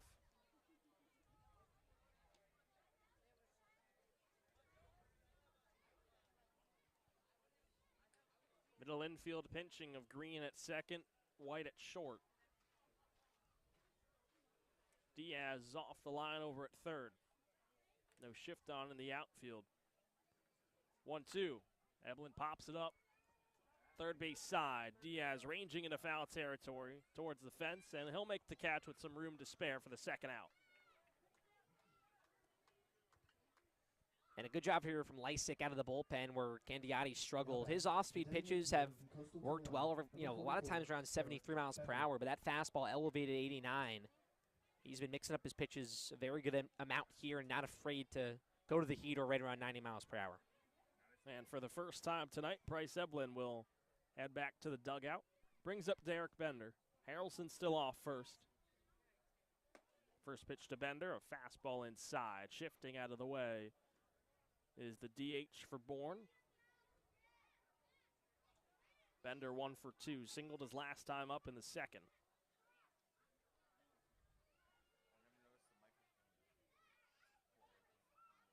1-0, Harrelson going. Breaking ball outside. The throw down is not in time from Irish. Harrelson with his 6th stolen base of the season. Advances into scoring position here for Bender.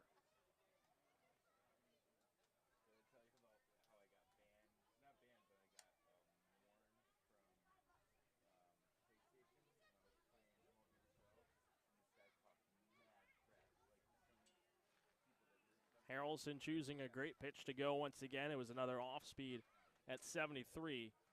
Irish with a good throw, but Harrelson just got a great jump.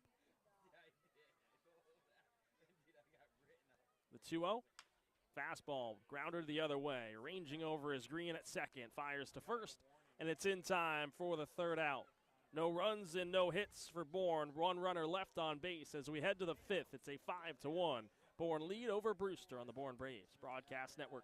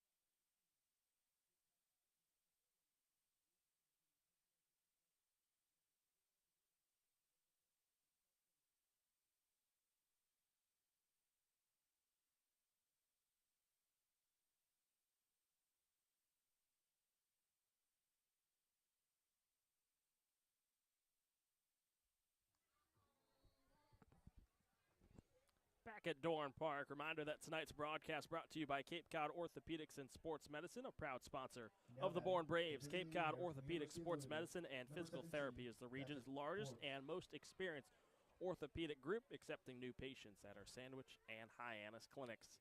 Top of the 5th, Patrick Forbes to lead off, and he takes a first pitch strike from Dalton Pence.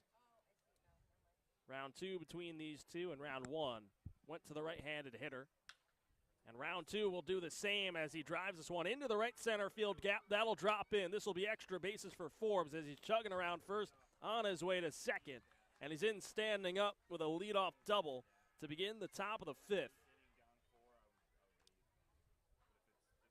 Homered his first time up against Pence. And now he doubles. Puts a runner in scoring position here for Brewster, trying to battle back from a 4-run deficit. And the 11th game here for Forbes and starting to get his feet under him there. Back-to-back great swings. Listed as a pitcher, but he can certainly swing the lumber. First pitch fastball, just low to the 9-hitter in Peyton Green. The second baseman at a North Carolina State is 0 for 1 with a strikeout back in the second. An arm started to get loose for Bourne in their bullpen. 1-0, fastball, a touch outside, 2-0. Looks to be Matt McShane up in the Bourne bullpen. Right-hander out of St. Joe's. 2-0. Fastball right at the knees, 2-1, and there it is. It is McShane.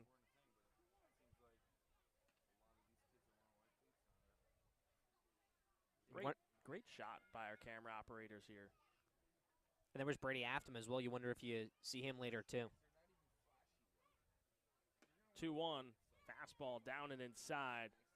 3-1 now, and you'd like to think you might see Afton as well. He's been pitching well. Had a nice outing against Brewster the last time these two faced at Stony Brook Field. Big part of the Bourne win.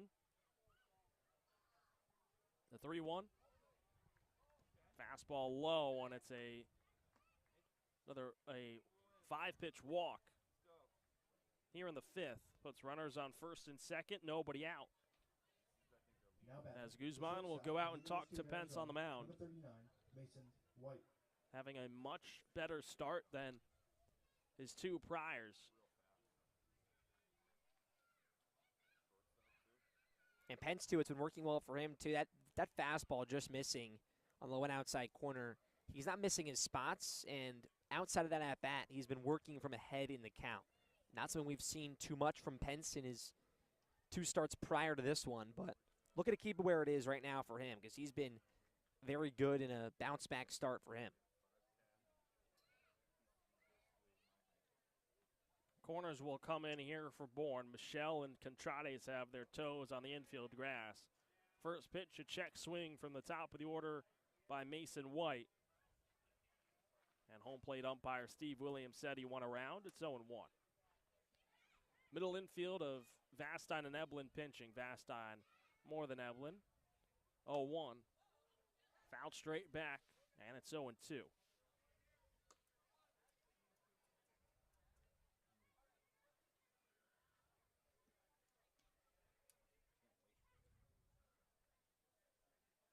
Forbes leads off second, began the inning with a double. It's Green at first after the walk. Pence looks over at Forbes, the 0-2. Swing and a miss. Big strikeout for Dalton Pence. That's his 8th, and there's one away here in the 5th. 8 strikeouts for Pence, and that off-speed, staying on top of it, commanding it in the zone. He looks locked in on the mound right now. Looking to shut the door here against the top of the order for Brewster. Davis Diaz digs in. He's reached base both times tonight. Takes the first pitch ball off, and the changeup from Pence. It's 1-0. Singled and walked so far for Diaz. All-star second baseman for the East. 1-0. Diaz catches a piece. It's 1-1.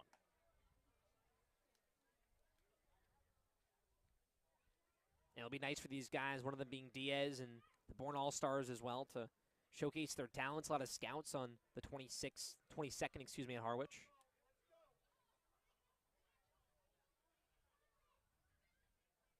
One. Fastball high and tight to Diaz, 2-1. Both teams with a good amount of All-Stars. Bourne with 6. Brewster leads the East with the most on that side. with, I believe, 8. 2-1, breaking ball to Diaz, catches the bottom of the zone, 2-2. And Shevchik and Landers, the two managers as well as we talked about.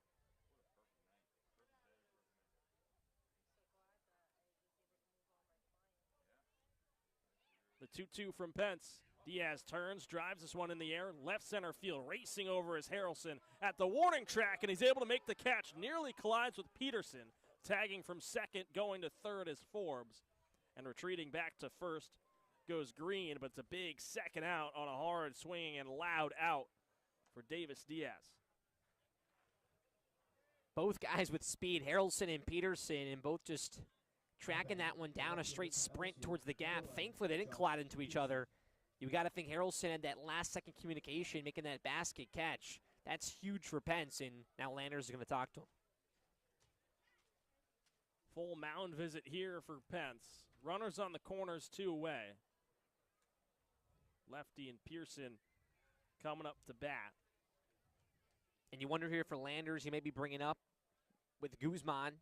Do you just throw straight down and try to get the runner, or are you just going to let him go to second and give Brewster that chance? But Bourne does have that run to give, depending on what they want to do.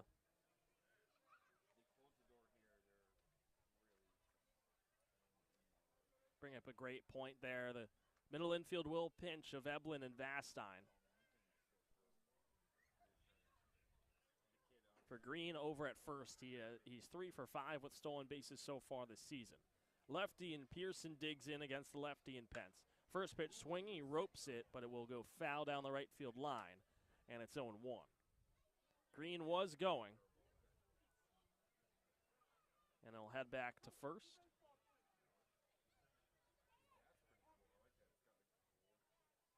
Pearson in just his 12th appearance of the summer, but he's been a huge spark in this Brewster order.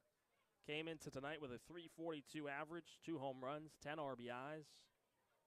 He's 0 for 2 right now. Looking to come up in a big spot to cut the deficit down from 4.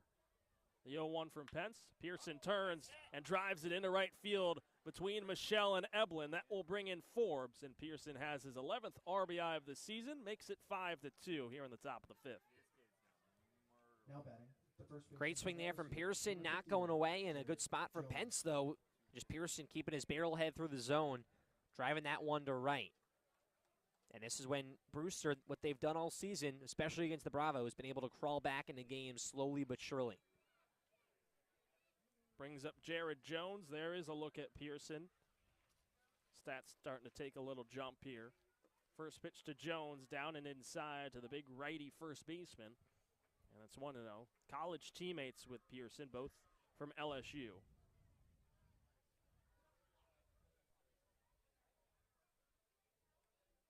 It's Green over at second.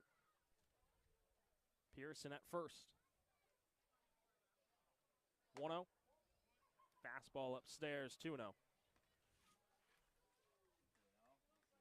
Long inning here for Pence.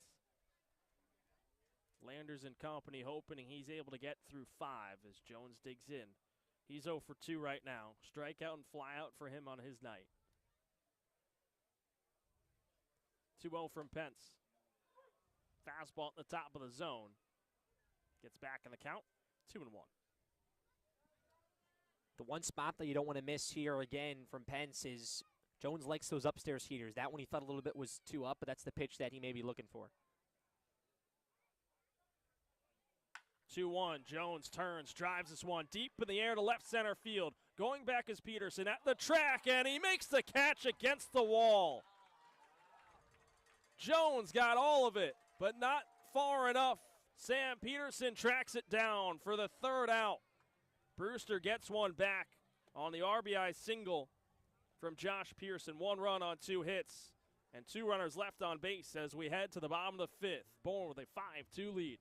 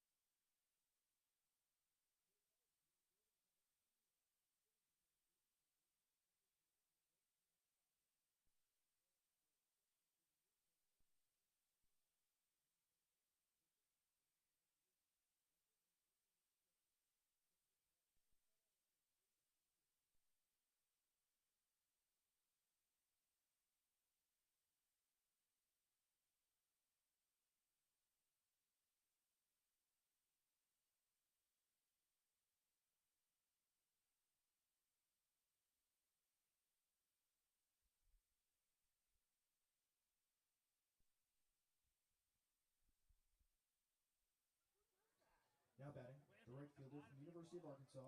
Back at Doran Park, tonight's broadcast brought to you by Marty Chevrolet, your dealer for the people. Proudly supports the Bourne Braves baseball team. See all our cars and trucks at martychevrolet.com.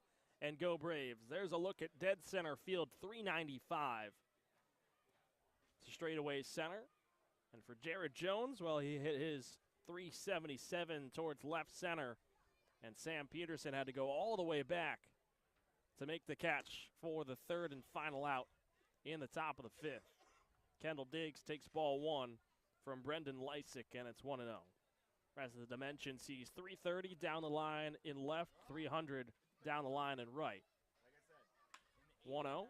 Diggs jammed inside, bloops one out to center field. He'll find some free real estate and lead off the bottom of the fifth with his second hit of the night.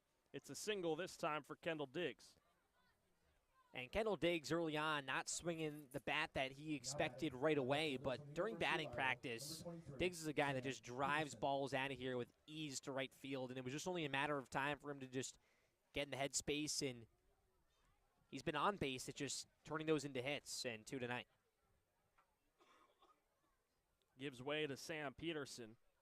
Left fielder, he made that catch. Diggs leads off first, and the first pitch is down and in towards Peterson. He shifts his legs back, and it's 1-0. Peterson's 0 for 2, a pop out and a strikeout for him so far. Has started to turn it on as of late. 1-0, Diggs going. Peterson shows bunt, pops it up down the third base side.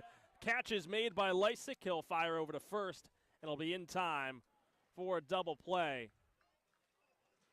And just like that, that leadoff runner for Bourne is erased on an unfortunate double play. Peterson looking to go small ball. Number 19, Garrett Michelle. And it just pops up off his bat. And I think John Topoleski telling Diggs there, really not on him. And, you know, that's what Bourne had on to put that bunt down. Maybe Diggs just not a straight steal, being a little bit more aware, but just a tough situation. First pitch to Garrett Michelle, breaking ball outside, 1-0.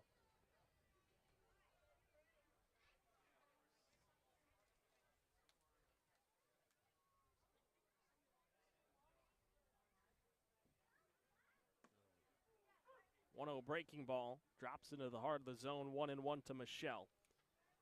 He's 1 for 2. Single back in the second, popped out to begin the third. 1-1. Michelle grounds it foul down the first base side, and it's 1-2.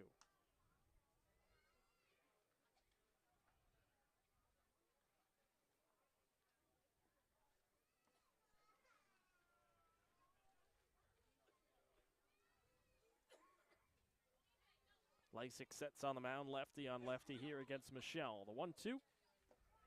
Breaking ball misses low and away. Sliding to his left was Irish to block it. Count is evened at 2-2 with 2 away. Sun beginning to set over our left shoulder here in the press box. Lights coming on. The 2-2. Fastball outside. Michelle's battled back and works the count full. And another long at-bat here from Michelle. That patience in the box, fouling off pitches, not chasing here. We'll see if Lysick comes straight at him.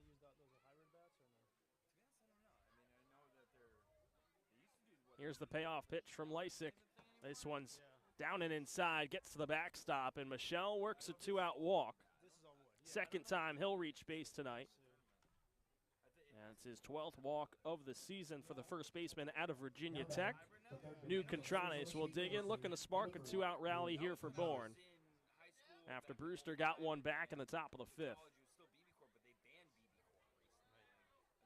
On the RBI single from Josh Pearson. Michelle leads off first. First pitch to Contranes, big swing, and he comes up empty on the breaking ball that hung upstairs. And it's 0-1 with 2 away.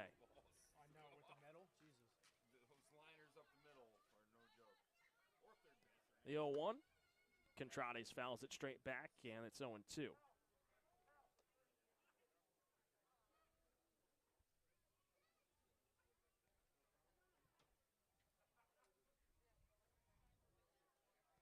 Michelle leads off first, held on to by Jones. The 0-2 to Contranes, called strike 3. Frozen on the breaking ball. And that'll be strikeout number 2 for Lysick. That will end the bottom of the 5th. 1 runner left on base, no runs on 2 hits for Bourne. We head to the 6th. It's a 5-2 Bravos lead.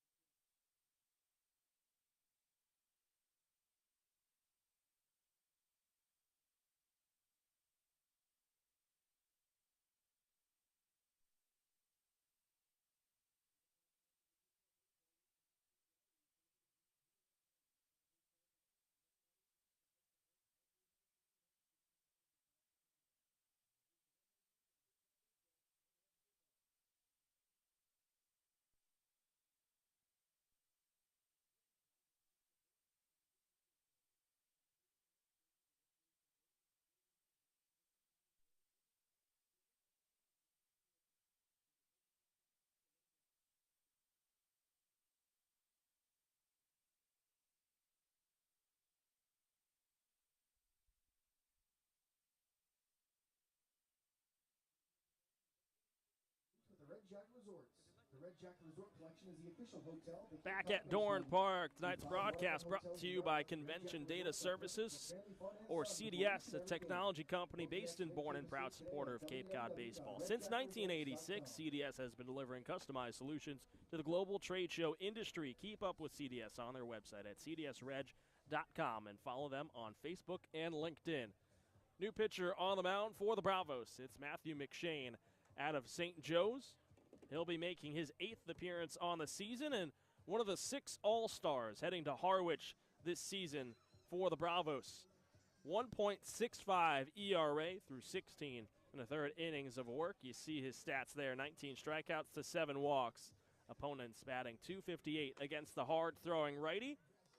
There's a reason he's on his way to the All-Star game, been one of the top relievers out of the bullpen here for Bourne, and he's looking to go a couple innings here against Brewster as the Braves are holding on to a 5-2 lead. Great start from Dalton Pence, his 3rd start and easily his best so far this season.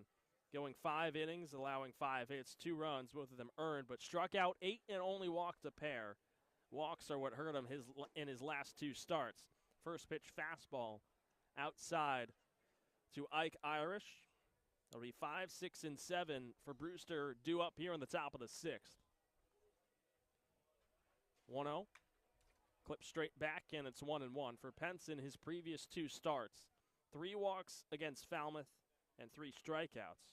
4 walks and 5 strikeouts at Wareham on the 6th. Prior to that, he had no walks in any of his bullpen appearances. And so for him to get back on the saddle and deal 5 great innings for Bourne is huge. The 1-1 driven the other way, and that'll drop into left field for a leadoff base hit for Ike Irish. He was 0 for 2 coming into that at-bat, and now he reaches base safely for the first time tonight.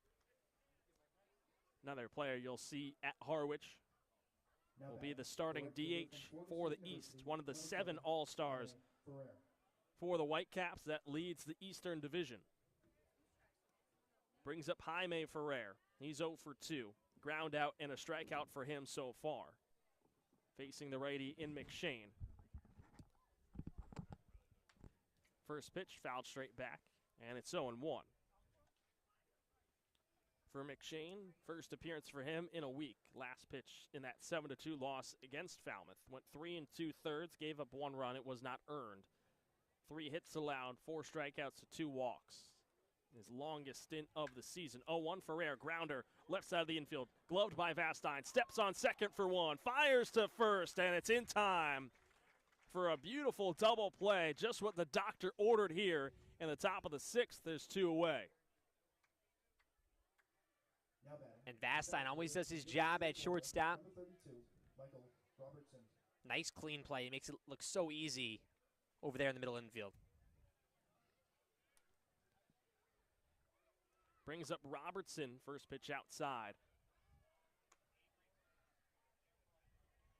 Just like that, the leadoff base runner for Brewster taken away. No one on the pond here for Robertson. Just his 10th appearance of the summer. 1-0, breaking ball down and in to the left-handed hitter. It's 2-0. He's 0 for 2 with a couple of strikeouts. Came into tonight 3 for 20 on his season.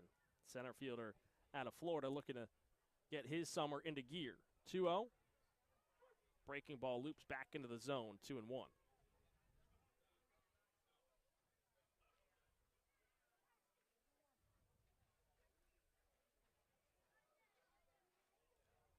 McShane set from the stretch. The 2-1. Swing and a miss. Elevated fastball. Coming up empty was Robertson. 94. Out of the arm of McShane. Count moves to 2-2 with 2 away.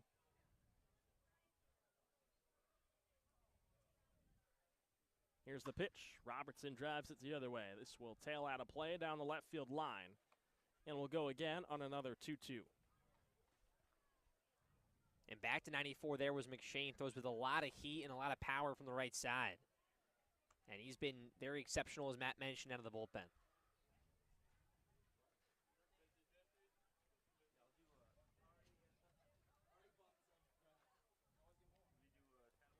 Here's another 2-2. This fastball high and outside. Count runs full to Robertson.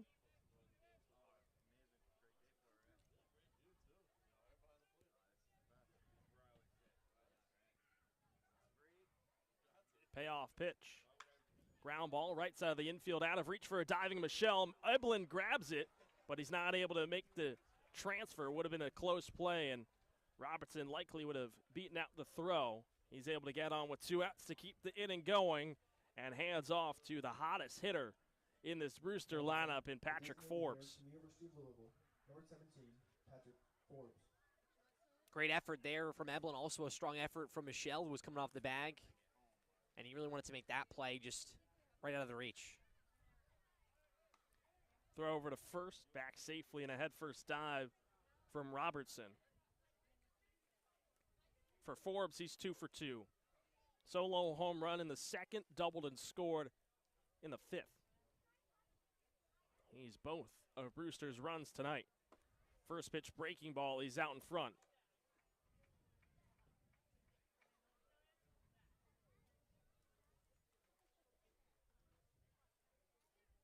Another all-star for the Whitecaps, listed as a pitcher.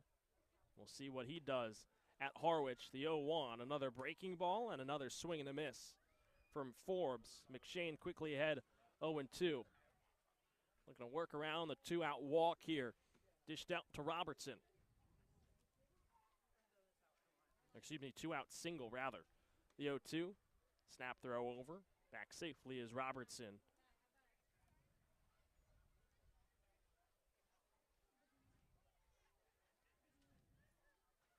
Two-step lead over at first. McShane sets, Robertson going. The 0-2 check swing from Robertson. He went around. Guzman will pick it up. He'll tag out Forbes, and that will end the inning. Couple of hits, but only one runner left on base. No runs come across. McShane with his first strikeout. We head to the bottom of the 6th. Bourne with a 5-2 lead over Brewster.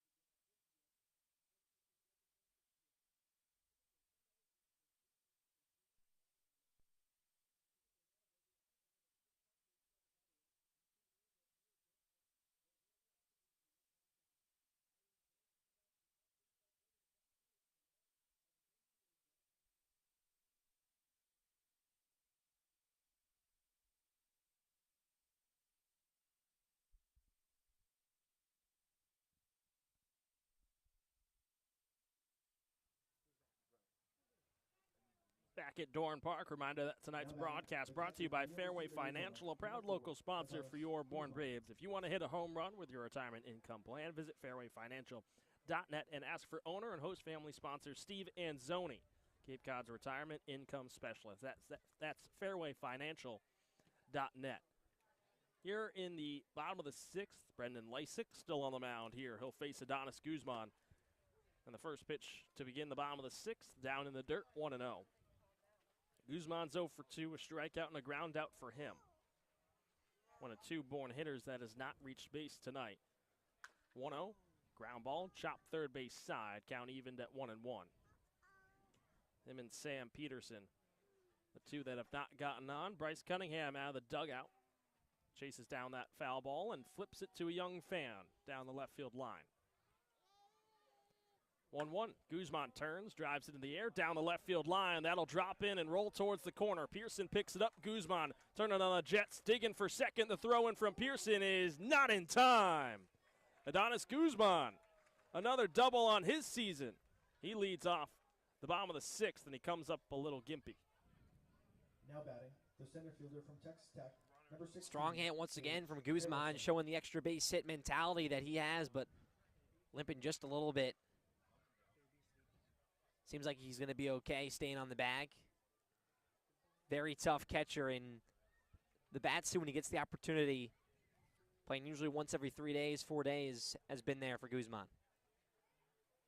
That's his third double of the season. First pitch to Gage Harrelson inside 1-0. First hit for him tonight. And Harrelson so far, he's reached base both times. Singled, picked up an RBI in the second. Walked and stole a base his last time up. 1-0, turn and pull down the first base side. Jones will take it to the bag himself, but Harrelson will win the race. As Guzman advances over to third, but he's in some more pain as he was hustling over to third. Yeah, he was just limping the whole entire way from second to third, and thankfully it wasn't going to be costly. He's tough trying to stay in the game, but nursing that right leg, it looks like just that side of the body right now. Aaron, the athletic trainer, out to talk with him. She's saying he probably shouldn't stay in. He's trying to jog it off. And he's trying to stay in the game right now, but he's trying to fight his case, and Aaron and John Topoleski both saying that he's kind of a no-go. Tough there for Guzman. Led off the inning with a double. And frustrated as he limps towards the dugout. Caden Bodine will come out of the dugout. He will be the pinch runner and will likely replace Guzman behind the dish. Scott Landers out to talk with Steve Williams. Both smiling. And for Bodine, got to get loose and ready to go. Going to be doing the catching. He caught last night against Orleans. And then Pinckney was the catcher at Katuitt. But it's back to the top of the order and Jonathan Vastine. Runners on the corners, nobody out. After the speed from Harrelson beat out Jones. First pitch breaking ball hangs upstairs and buzzes the tower of Vastine. It's 1-0. Vastine is 1 for 3. A couple of hard lineouts to left. But in between, an RBI single in the second. 1-0. Fastball is outside. 2 balls, no strikes to the top of the order here with Vastine. Eblin to follow. We'll see what Harrelson does on the bases here. Bodine's over at third. Harrelson stole second, back in the fourth. Here he goes, the 2-0. Throw down from Irish is in time. A strike. Tags out Harrelson. And there's one away here in the bottom of the sixth. Holding at third is Bodine. And that was a called strike to Vastine. It's 2-1. It's a really good throw there from Mike Irish, and a better tag as well from White, just getting the leg of Harrelson before he could slide in feet first.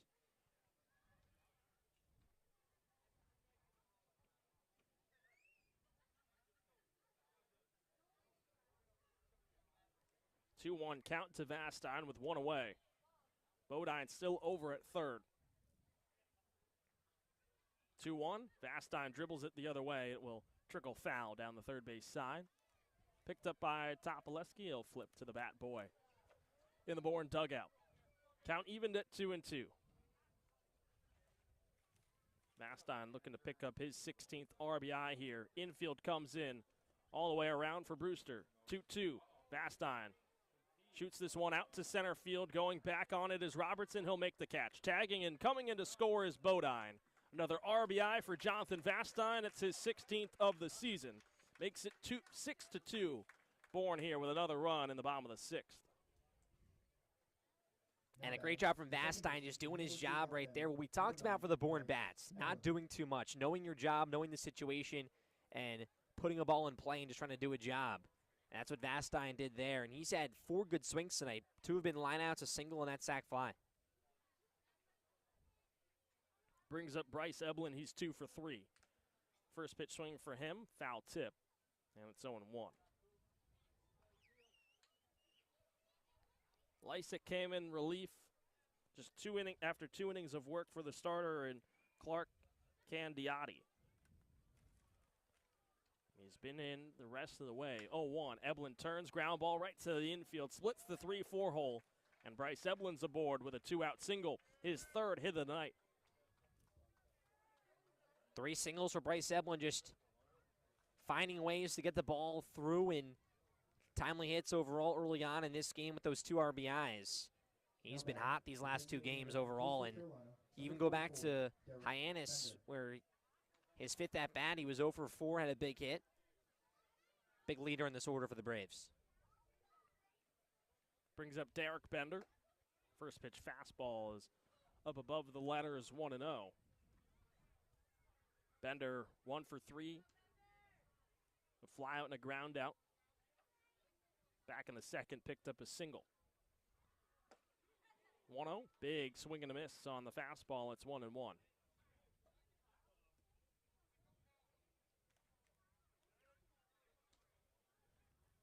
Eblin takes his lead. He's held on to by Jones over at first. The 1-1. Bender drives this one the other way, and it'll drop into the right center field gap for a base hit. Eblin turning around second, digging for third. Here's the relay throw. It is not in time, and holding on by a thread is Bryce Eblin with the head-first dive. He goes first to third on the single from Derek Bender. Great hustle from Eblin, and that throw skipping in there, too. Looked like Eblin was going to be safe easily, but the speed on that throw in and that sliding glove for Eblin on his left hand, definitely helpful there, getting that extra few inches on the bag. So the inning will continue here. A little 2-out juice for the Bravos. Back-to-back base hits, one from Eblin and from Bender. Brings up Kendall Diggs.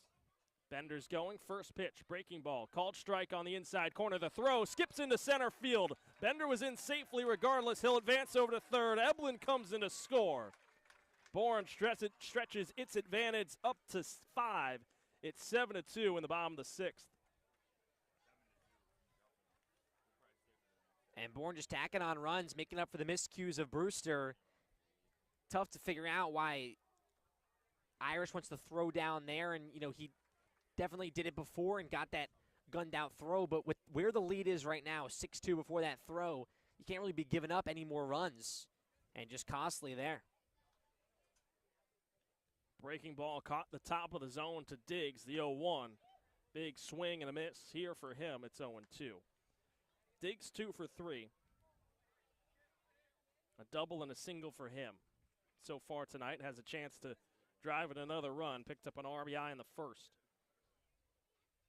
Has Bender over at third, 90 feet away. The 0-2. Diggs turns, drives this one into right field. That'll drop in for a base hit. Another RBI for Kendall Diggs. He'll turn around first and parks himself there as he makes it 8-2 Bourne, driving in Derek Bender. A 3 spot in the bottom of the 6th for the Bravos. Now batting. Everyone getting involved in this Bravos lineup, finding ways to hit the offense after stalling out last night with runners in scoring position and not putting up those crooked numbers. 2 big innings tonight for the Braves, and Diggs has been hot. First pitch to Sam Peterson, a fastball inside for ball one. And now some activity for Brewster and their bullpen down the right field line. 1-0, Peterson jammed inside, fouls it off, and it's 1-1. Peterson, the only man in the Bourne order that has not reached base tonight. He's 0 for 3 as it stands currently. A couple of pop-outs and a strikeout for him so far. The 1-1. Peterson comes up empty on the fastball. It's 1-2.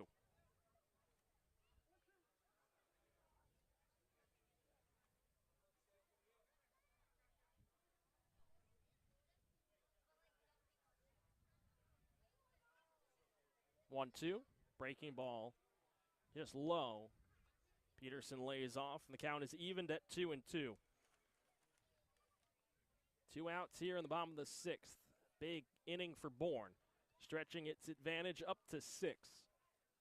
The 2-2 outside, and Peterson has battled back to work the count full.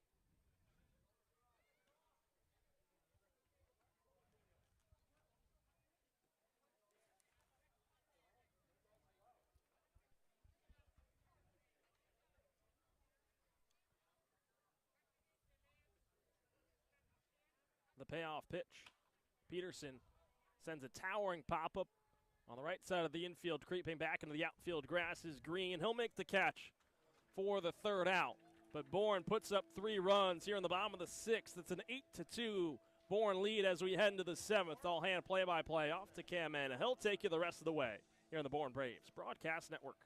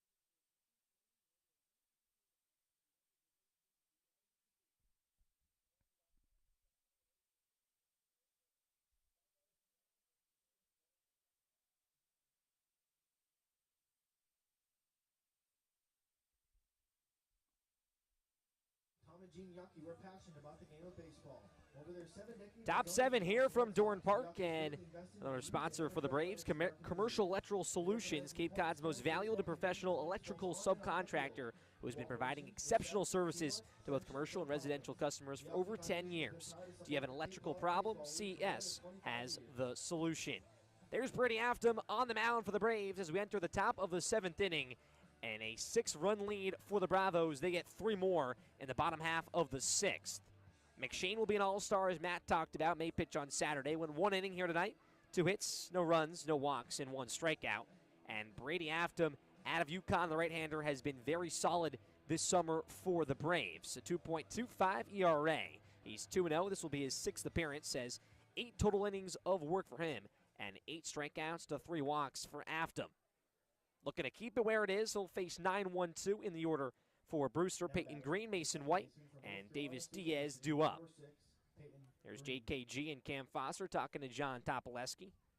Cam Foster, the player of the game last night. Him and Corota Grauer getting the night off here tonight. Green digs in Afton's first inning of work. Already sets and fires. First pitch fastball outside. And Caden Bodine now behind home plate as Adonis Guzman came down with an injury on his double. That propelled Bourne for a big inning. 1-0 pitch. Fastball clips the outside corner. Count 1-1. Green 0 for 1, struck out in the second. He walked and was stranded at second base in the fifth. In search for a leadoff base runner. A lot of work for the Brewster offense to do. Aftam's 1-1, chopper right off of Green in the box. Limps first base side. A lot of players tonight have just been fouling off pitches in the box, a little bit banged up. Steve Williams, the home-plate umpire, will put that in his pocket. We'll do it again. Green playing his baseball at NC State. Has not had the exact summer that he's wanted, but is hit well with runners in scoring position. 8 RBIs so far for him, and has a home run as well, as giving him some time here in the box. And Williams also asking for some baseballs. He'll get a few of those.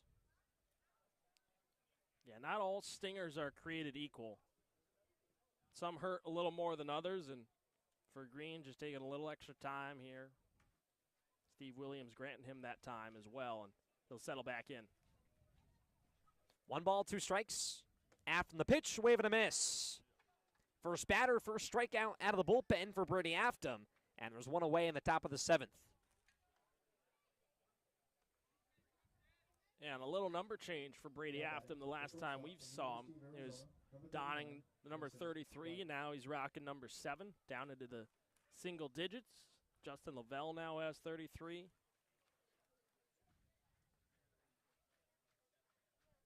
Top of the order now for Brewster, it's Mason White.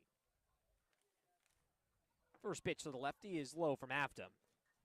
And we saw that game for Lavelle, and his name being on the roster but with a different number and figuring that all out. But Aftam now wearing 7. 1-0 pitch to White. This one looks like it clipped him, and it's off his wrist. He'll head down to first base. Aftam just missed inside, and White puts both hands on his knees there. Looks a little bit banged up. Back to those stingers there. Not an exact place that you want to get hit. Just a lot of bone there by the wrists. But a 1-out base runner for Brewster, and here's Davis Diaz. Yeah, that'll leave a mark tomorrow morning for White. Tough kid. He'll stay in the game, but it'll definitely hurt later on. The second time he's reached base tonight. He's 1 for 3 with that walk. He's still getting himself situated at first base. Davis Diaz, the all-star, in the box. But, man, a few guys getting banged up here, and both umpires have to give them time. That's Mike Griffin over there at first. Diaz now digs in. Middle infield will pinch. Double play opportunity for the Braves. After a look at first, his first pitch to Diaz. Fastball low and outside, 1-0. And Aftam, too. And when McShane and Aftam can come out of the bullpen on the same day and you get that start from Dalton Pence, all you can ask for if you're born. Here's the 1-0 delivery. Fastball just going to miss on the outside corner. Good frame from Bodine, 2-0.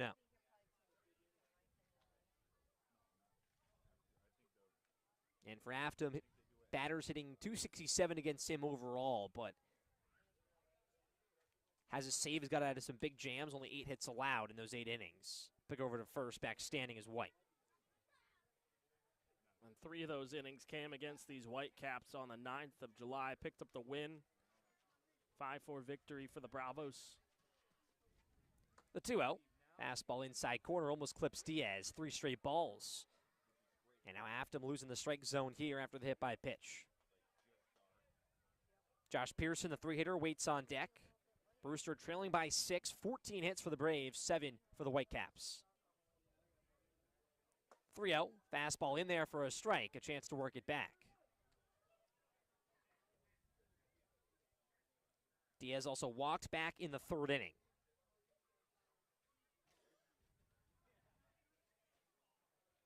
Long look in for Aftam. There's the 3-1. Breaking ball scorched third base side and right into the Bourne dugout. That one just swarmed in there. Bryce Cunningham and Pete Truffretto over there just moving out of the way with some laughs. That was crushed. Yeah, I think I heard Bryce say easy over there. Diaz, Vanderbilt teammate, of Cunningham and Vastine. Having a little laugh. 3-2. This could be two. Vastine picks it up at short for one. On to second to Eblin for one. On to first double play. And that will end the inning for the Braves. 6-4-3 in perfect fashion. We saw it last night with Vastine and JKG. Eblin joins in on the party there. And Bourne keeps it where it is. An 8-2 lead. We'll head to the bottom of the seventh here from Dorn Park on the Bourne Braves Broadcast Network.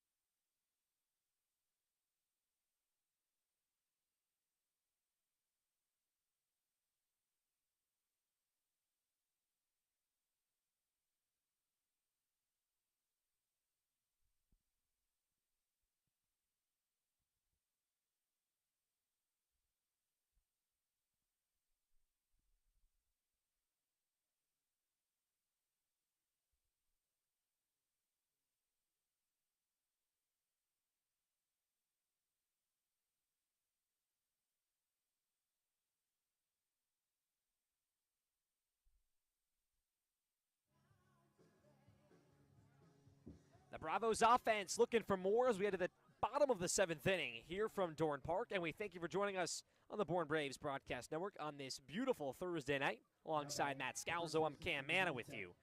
Tyler Mudd, the lefty, now on the mound in relief for Brandon Lysick, the left-hander out of Holy Cross. First pitch to Michelle is an upstairs fastball.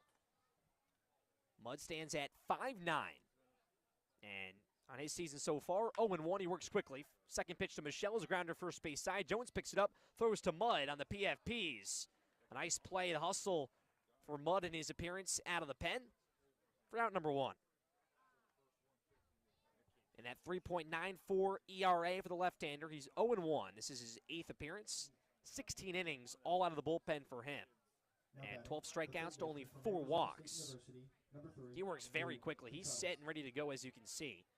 First pitch here to New Contreras. Ground ball towards shortstop. Picked up on a hop from White. Now he can't corral it. He bobbles it. No throw to first base. Contreras, a broken back ground ball into play. And White couldn't corral it. The third error overall tonight for Brewster. And a one-out base runner for the Bravos. Second time that Contreras will reach base here tonight. Singled back in the second. And that brings up Caden Bodine, his first AB here tonight. It was Adonis Guzman who was in this 8 spot. Had a double and then just banged up. That left leg, it looked like. We'll get more as we know. But Bodine went 1 for 3 last night, reached base twice, batting .377, top of the Bourne roster with 15 RBIs. The switch hitter will bat right. As Contreras off first. First pitch, ground ball third base side. Picked up on a hop from Diaz. He'll range back, fire across the diamond, and he'll get Bodine by a step. What a play by the all-star third baseman. Contreras will advance 90 feet to away. Diaz will be one of the starters for Brewster on Saturday. A lot of Vanderbilt guys in the all-star game for Bourne, Jonathan Vastine, Bryce Cunningham. Diaz will start alongside Vastine in the infield. RBI chance for Gage Harrelson. First pitch off speed, it's low.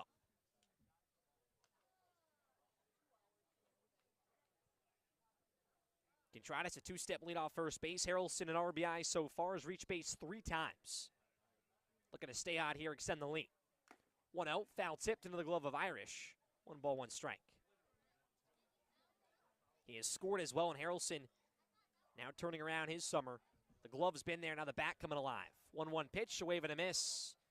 Fooled by the breaking ball from Mudd. 1 ball, 2 strikes.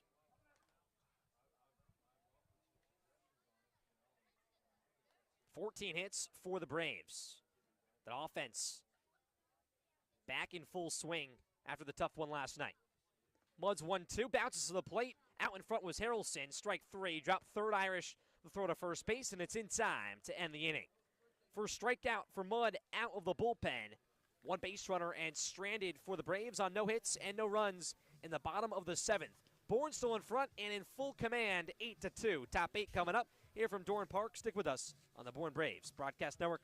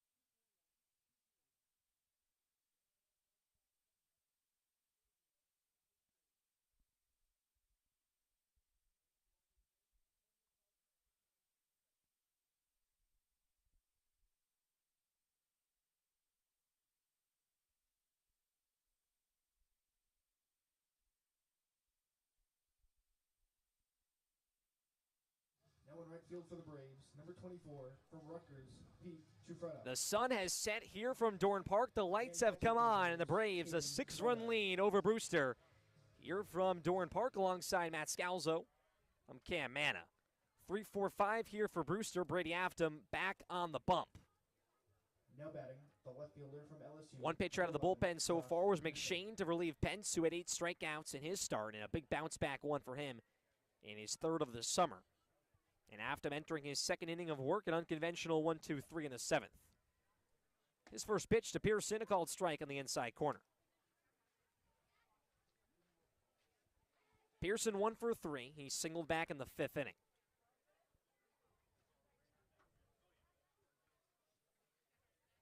Afton fires the 0-1. It's outside, gloved by Bodine. Those stats there for Pearson, 10 RBIs. That OPS skyrocketing at the moment for him.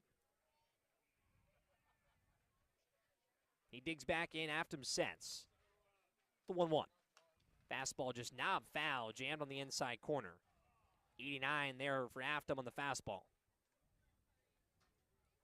His teammate Jared Jones from LSU to follow, and Ike Irish also due up this inning for Brewster. 7 hits for the Whitecaps, but the Bourne offense finally coming back together. 14 hits for them overall. Afton's 1-2, a scorcher first base side, rolls into right field for a base hit. A leadoff single for Josh Pearson, his 2nd hit of the night. And a runner on for Brewster to start off the 8th. Now batting, the first baseman from LSU. Yeah, that off-speed left on the outer half, and Pearson gets his hands around it, able to pull it. Got enough juice on it, out of reach for a diving Eblin. Back-to-back base hits for Pearson in his last 2 at-bats. Here's the first baseman, Jared Jones. 0 for 3 so far. Looking to start a rally for the Whitecaps. First pitch, got on and missed. Out in front on the breaking ball from Afton. Jones not an all-star, but he'll be a part of that home run derby. Him and his teammate in James Tibbs. From the stretch is Afton. Long look in, the 0-1. Wave and a miss, out in front And mixing up his pitches after him, back-to-back to the breaking balls to Jones. Quickly 0-2. A lot of strikeouts on the night here for the Brewster lineup. Jones has one of them. It was 8 for Pence. McShane got 1, and Afton so far has 1.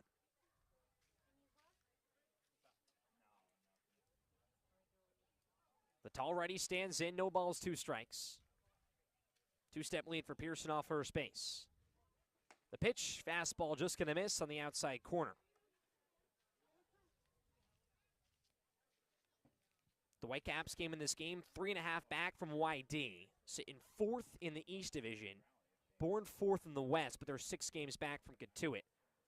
A win tonight would mean a lot for the Bravos to get back in the win column. Pick over to first, back standing is Pearson. And Brewster riding a 2-game win streak at the moment. Both teams, though, 4-6 in their last 10. And we talked about it, you never know when it comes playoff time for when these teams get in, no matter their seeds. Here's the 1-2 from Afton. Low and inside, blocked from Bodine. Keeps Pearson set at first.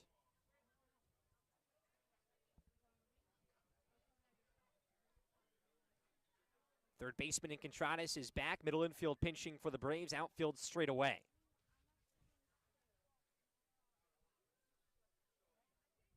The righty sets. The 2-2. Here's the runner. Bodine, the throw down. Pearson, he'll slide in there just safely. Slid in a little bit awkwardly, and the ball also went into center field. Picks up a stolen base. That ball just inside to Jones. Count full.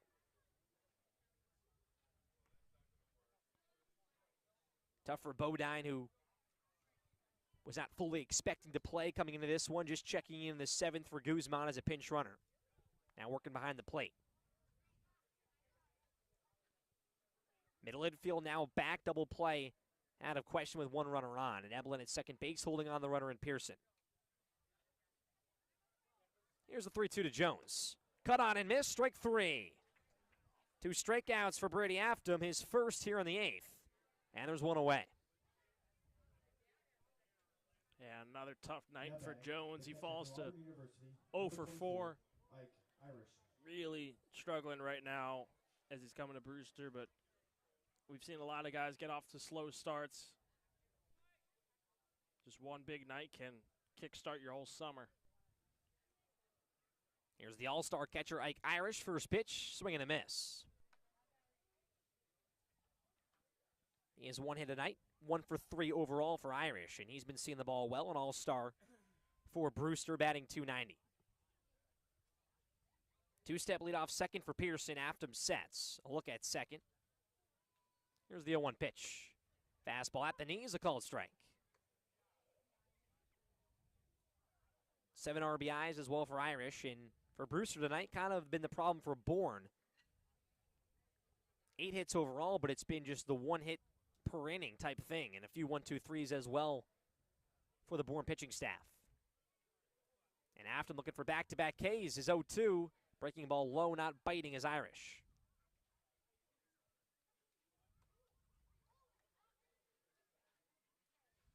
One more game for both of these teams tomorrow before the weekend all-star break. And then they enter that final stretch of the regular season before the playoffs come around. Wide stance now for Irish with 2 strikes. 1-2 pitch, a high drive towards right field, but right at Kendall Diggs in right. It's actually Pete Trufretta who checked in. And the throw into second cut off. Not tagging is Josh Pearson. So 2 outs now on the inning on the line out. Brady Afton working back after the leadoff single. Now batting, the right fielder from Florida State University, number 7, Jaime Ferrer. Yeah, just settling back in here for Afton. Couple hard hits. Well, really just one. Had to hit by a pitch against White, but just settling back in. You're working comfortably with that lead. Here's Jaime Ferrer. First pitch, ground ball at Contradas. Picks it up at his face. Fires a strike across the diamond. Close call, not in time. The stretch from Michelle couldn't get him. Contradas just took a little bit too long. An infield single for Jaime Ferrer. And runners now at the corners for Brewster with 2 outs. And here's Michael Robertson. Yeah, it's a play for Contrades he'd like to have back. Now Just batting, the center that fielder, double number clutch, 84, couple taps number with his 32, glove, and then Michael fired to Robertson. first. And Ferrer, he's got good speed out of the box. Puts runners on the corners. 2 outs in the inning. Here is Robertson. Here's the first pitch to him. This one just outside. Close call, good frame from Bodine, 1-0. Robertson 1 for 3, 2 strikeouts and a single in his last AB. A lot of work for Brewster to do late in this one.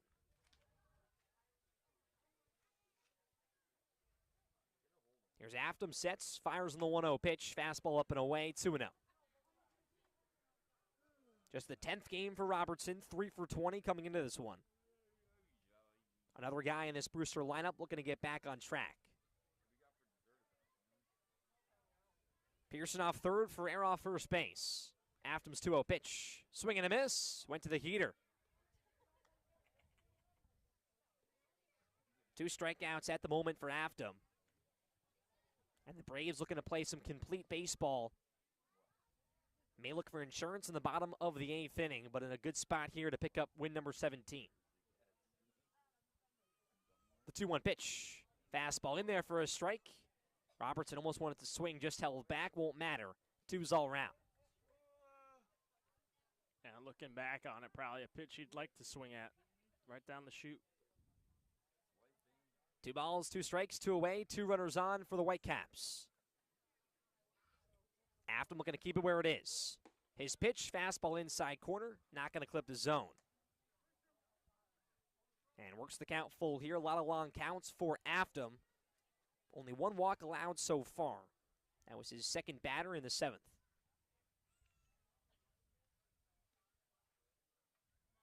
He sets a long look in. The payoff pitch to Robertson. Runner going, inside corner, he got him, strike 3. 3 strikeouts for Brady Afton out of the bullpen. And 2 hits on the inning for Brewster, no runs. Bourne keeps it where it is, it's 8-2. And we have more with Allie Navarrete on the field. Allie, what do you got? Thanks, guys. It's certainly a family affair here at Doran Park tonight. I know a couple of players have some special guests watching. I spoke to Derek Bender before the game. He told me his 9-month-old goddaughter is in the stands tonight at Doran Park. And I also spoke to Jonathan Vastine's aunt, who made the trip all the way up from Florida. She just so happened to book her trip for this week to come watch Jonathan play. And lo and behold, he was named to Cape Cod League All. She'll also be watching him on Saturday. Derek told me that his goddaughter will also be there on Saturday to watch him. So not only does the families get to watch their sons shine bright here at Doran Park, but also an opportunity to watch them play in the All-Star game at White House Field on Saturday. Back to you guys when we come back.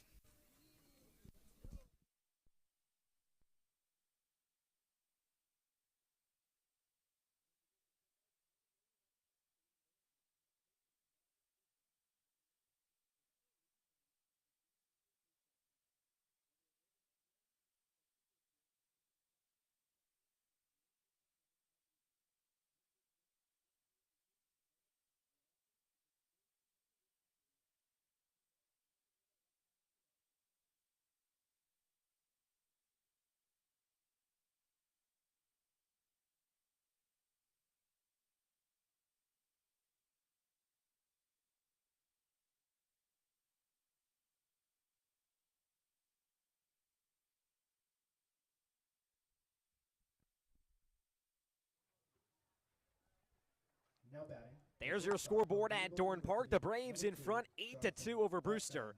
The final meeting here for them in the 2023 regular season. The 2 teams have met in the championship the last 2 summers. First pitch to the top of the order, and Vastine fouled back. Brewster leads the series at the moment 2-1. Bourne won the last one at Stony Brook Field 5-4 on the 9th of July. 0-1 pitch here from Mudd to Vastine. It's low. We're happy you guys could join us on this Thursday night. Alongside Matt Scalzo, I'm Cam Manna with you. 1-1 pitch from Vastine, blooped out towards left field. Coming in is Pearson. He'll slide. Looks like he made the grab, and they'll say he did. Pearson threw the glove in the air. Went full extension, wanted out number 1 to keep it where it is. He helps out Tyler Mudd. 1 out here in the bottom of the 8th. Now batting, The second baseman from the University of Man, Alabama, Jonathan Vastine's going to be looking at Josh Bryce Pearson and just got to be shaking your head like, why are you there, man? 3 outs for Vastine. 2 hard lineouts, and now Pearson, a little acrobatic play. First pitch to Eblin, a check swing on the breaking ball. Had the sac fly to center. It's been a lot of good swings for Vastine, just has not been able to find the ball to drop. Has 1 hit and an RBI, and he's scored. And Bryce Eblin, who's in the box, 3 for 4, 3 singles, 2 RBIs as well. Mudzo 1 pitch. Eblin a wave and a miss out in front. And for Eblin, that average creeping up towards 300. What a night for him. 2 hits last night, 3 right here. Despite solid at second base. 0-2 pitch, liner, right field, it's a base hit. Number 4 for Eblin. Steps on first base, taking the turn. Picked up in right field from Ferrer, and Eblin is standing at second base. And his first extra base hit on the summer for Bryce Eblin. 4 knocks here tonight. Have a night, number 9. Man, he's just seeing the ball so well. It doesn't matter if it's a righty or a lefty. Sometimes we've seen for him against the lefties, he struggles a little bit, but went from Lysick to Mudd, and here he just turns on an off-speed that hangs upstairs. First pitch of Derek Bender, a fastball outside. And we talked about it pregame for Eblin, who's been seeing the ball so well. Came into the game batting .278. Just his first extra base hit, but really doesn't change anything for him as Bender skies this one out foul right field. He's had the timely hitting. He's got on base, and nice for him to take that turn on a hit, head to second standing.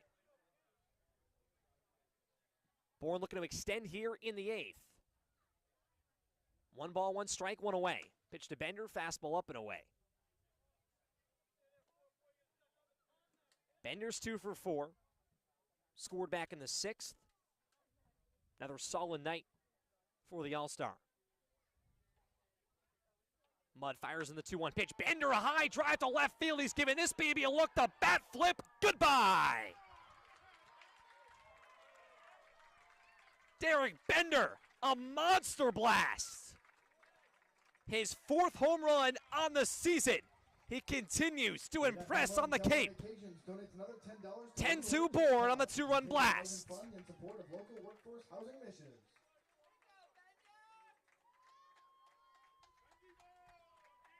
Man, there's one person you don't want to hang a breaking ball to. It's Derek Bender. His eyes light up on any off-speed, but that one especially. 104 off the bat. 405 feet. Here's Pete Giuffreda, gets nailed on his first pitch that he sees here tonight, pinch hitting for Kendall Diggs. But how about it for Derek Bender? We talked about not a lot of no-doubters here at Dorn Park, just how big this field is with the dimensions, but Bender knew it was gone. Watched it the whole entire way. The full-on bat flip and took his round tripper. 1 out in the inning, 10-2 Bourne. Here's Sam Peterson, chops this one foul in the box. Giuffreda, who's on first base, has been, that on-base percentage has creeped up for him. Batting just above 200 at the moment, but the walk numbers at the moment, top of the team for him. He's on first base, the 0-1 to Peterson. Off-speed clips the zone, 0-2. Cam touched on it. Not too many no-doubters here, but, man, you see that one fly off a bat. 0-2 to Peterson, back to the off-speed, and Mudd couldn't get him there, 1-2. You kind of just knew there once you saw Bender turn. Flew off his bat. Mudd's 1-2. Peterson a drive to right field, right at Jaime Ferrer. He'll make the catch ranging to his left. Back to first is Giuffreda. 2 outs here in the 8th. And Peterson, a few good swings here tonight. That being his second to Ferrer, but has not been able to get on base and join the hit party for the Bravos. And with 2 outs, here's Garrett Michelle, who's reached base twice. Had a single in his first AB and has scored. Giuffreda still off first. First pitch to Michelle. Clipped foul in the box. Bender 4 home runs, now way over 20 RBIs. Stolen base numbers, top on this Braves team. A guy that could be in the running for Cape League MVP as we wind down here in the regular season. Tyler Mudd set to look at first. 0-1 pitch to Michelle, called strike on the outside corner.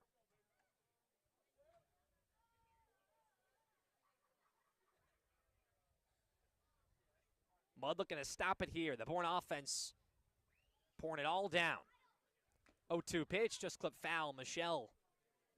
Tonight he's had a lot of long at-bats and has stayed alive and has been very patient. Looking to work back here. The lefty Mudd sets once again. Giuffreda a 2-step lead off first. And a step off from Mudd, and just took a second there, saying it's my bad, and steps back on the bump. Has 1 strikeout here in his second inning of work. His 0-2 pitch, Michelle almost bit on the breaking ball, just held back. He'll live another pitch. But for Bourne, in their last 5 games, they'll pick up 2 wins. Get to it, and this one. It's the offense all in one game. 16 hits here for the Braves. 1-2 pitch, wave and a miss from Michelle, strike 3. And Mudd works out of the inning his second punch out, but not after Derek Bender. An explosion to left field, a 2-run home run makes it 10-2 Braves. They'll look to win it. Top 9 coming up here from Dorn Park on the Bourne Braves Broadcast Network.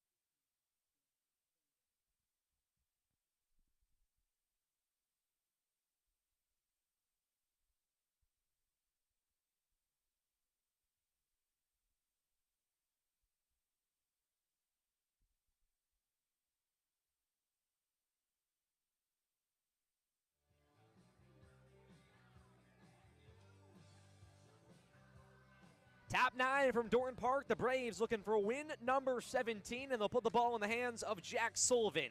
Teammates from Brady Aftam at UConn, and he'll take the ball from Aftam and looking to shut the door here in the 9th. His 5th appearance for the right-hander. And looking for a 1-2-3 after Derek Bender gave the Braves some insurance with a 2-run blast in the bottom half of the 8th. Bourne 16 hits, no errors. They've played some complete baseball here in their final meeting tonight against Brewster. It's 8-9-1 for the Whitecaps. Patrick Forbes, Peyton Green, and Mason White due up. Here's the first pitch to Forbes, a wave and a miss. The heater there at 88 from Sullivan. Forbes 2 for 3, has a home run. It was a solo blast in the 2nd and doubled back in the 5th. Sullivan's 0-1. This one off the elbow. It looked like of Forbes, and yes, it is. Forbes going to take his walk to first base. Not the start of the inning for Sullivan that he would like out of the bullpen, but a lot of runs to work with and has that infield that can turn too with Vastine and Eblin. And now he'll face a 9-hitter in Peyton Green. Yeah, and for Sullivan, his summer started well, but hasn't really continued to go well for him.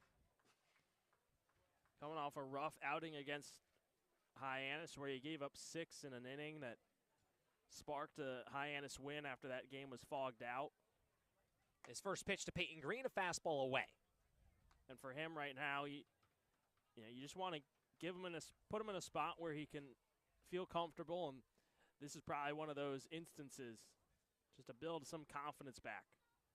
His 1-0 pitch, some chin music inside to Green. He holds off 2-0. Green's 0 for 2, has struck out twice, walked, and was stranded at second base in the 5th. Has Forbes off first base, 2 balls, no strikes. Sullivan's pitch, fastball comes in, it's going to miss once again, 3-0.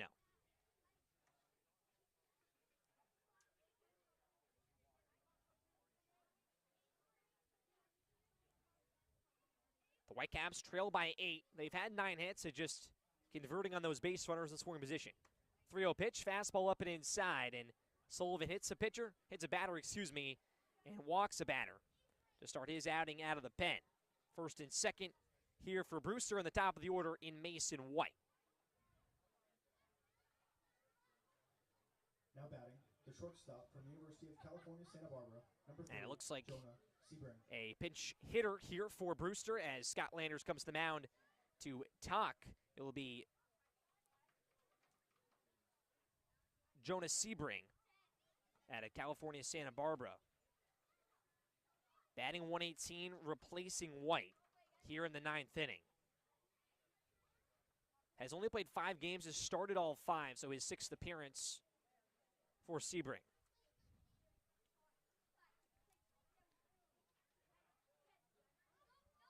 Yeah, a quick mound visit for Scott Landers. You know, he's a pitcher's coach and just wants to see Sullivan settle back into that usual self that we saw at UConn, was a starter and had a really strong spring, building off a strong freshman season as well. First pitch to Sebring is a called strike on the outside corner. The double play still intact here for the Braves. First and second, nobody out in the 9th. Sullivan a long look in. Sets his sights, the 0-1 pitch. Third base side, picked up from Contradas, fires the second to Eblin for 1. On to first in time. 5-4-3, and just like that, 2 outs in the 9th. Exactly what Sullivan wanted, right on cue for the double play. Contradas, Eblin, and Michelle. And the last batter Sullivan has to put down is the all-star Davis Diaz. And here, if you're Sullivan, you can breathe a little easier. Even if Forbes comes in to score, you know, still just such a large lead for Bourne. First pitch to Diaz, it's an off-speed inside. And that's been it for Brewster. 9 hits, they get the base runners and a lot of double plays and not the timely hitting for the Whitecaps. Bourne set to snap their 2-game win streak. Sullivan, 1-0 to Diaz, wave and a miss. And the Braves, 10-5 at home, looking for their 11th win overall here at Doran Park. Their 17th on the summer. Trying to crawl back towards the 2nd spot in the division right now in 4th. Sullivan's 1-1 off speed, low and outside. 2 balls, 1 strike. Some claps here coming early for the Brave faithful on the third base side. They've seen their offense and their team explode after a tough loss last night here at home. Sullivan, 2-1 pitch. Diaz, a pop-up high in the air and foul third base side, and Bourne 1 strike away.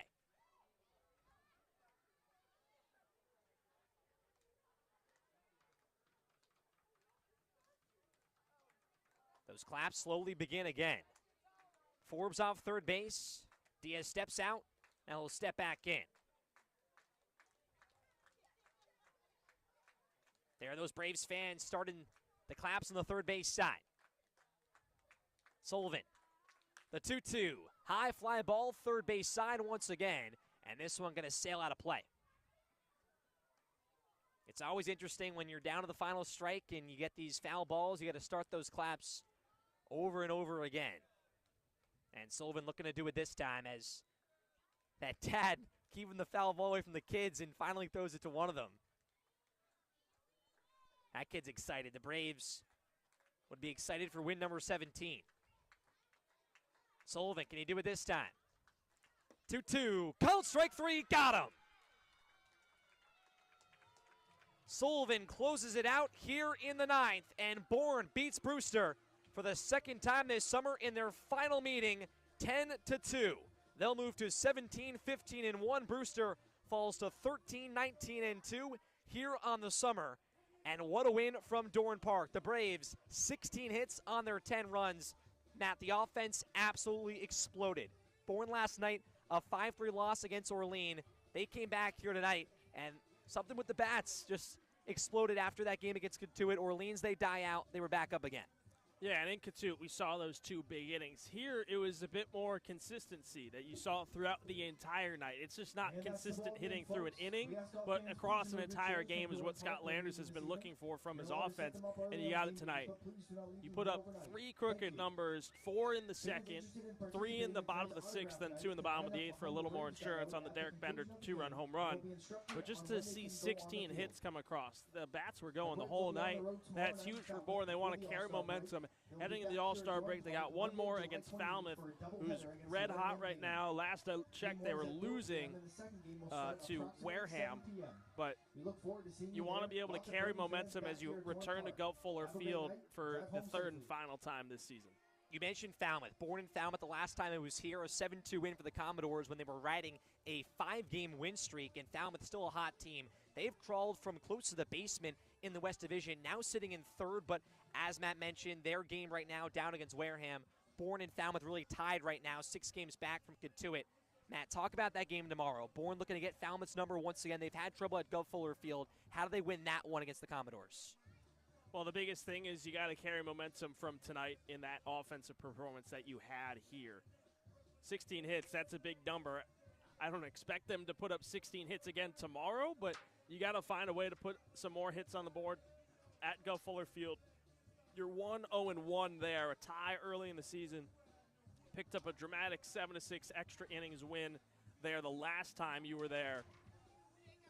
Really, it's just that offense, and you also got to get good pitching as well. And Dalton Pence, what a start for him. I was talking about it during the broadcast. His prior 2 starts, not so hot. Tonight, he looked back to his usual self. 8 strikeouts, just to 2 walks. That's something that hindered him in his prior 2 starts was those walks. And you look back, you look forward to tomorrow. You want another strong start from your pitching staff, and then also your bats to keep going. You don't want them to fall quiet like we saw them do against Orleans last night.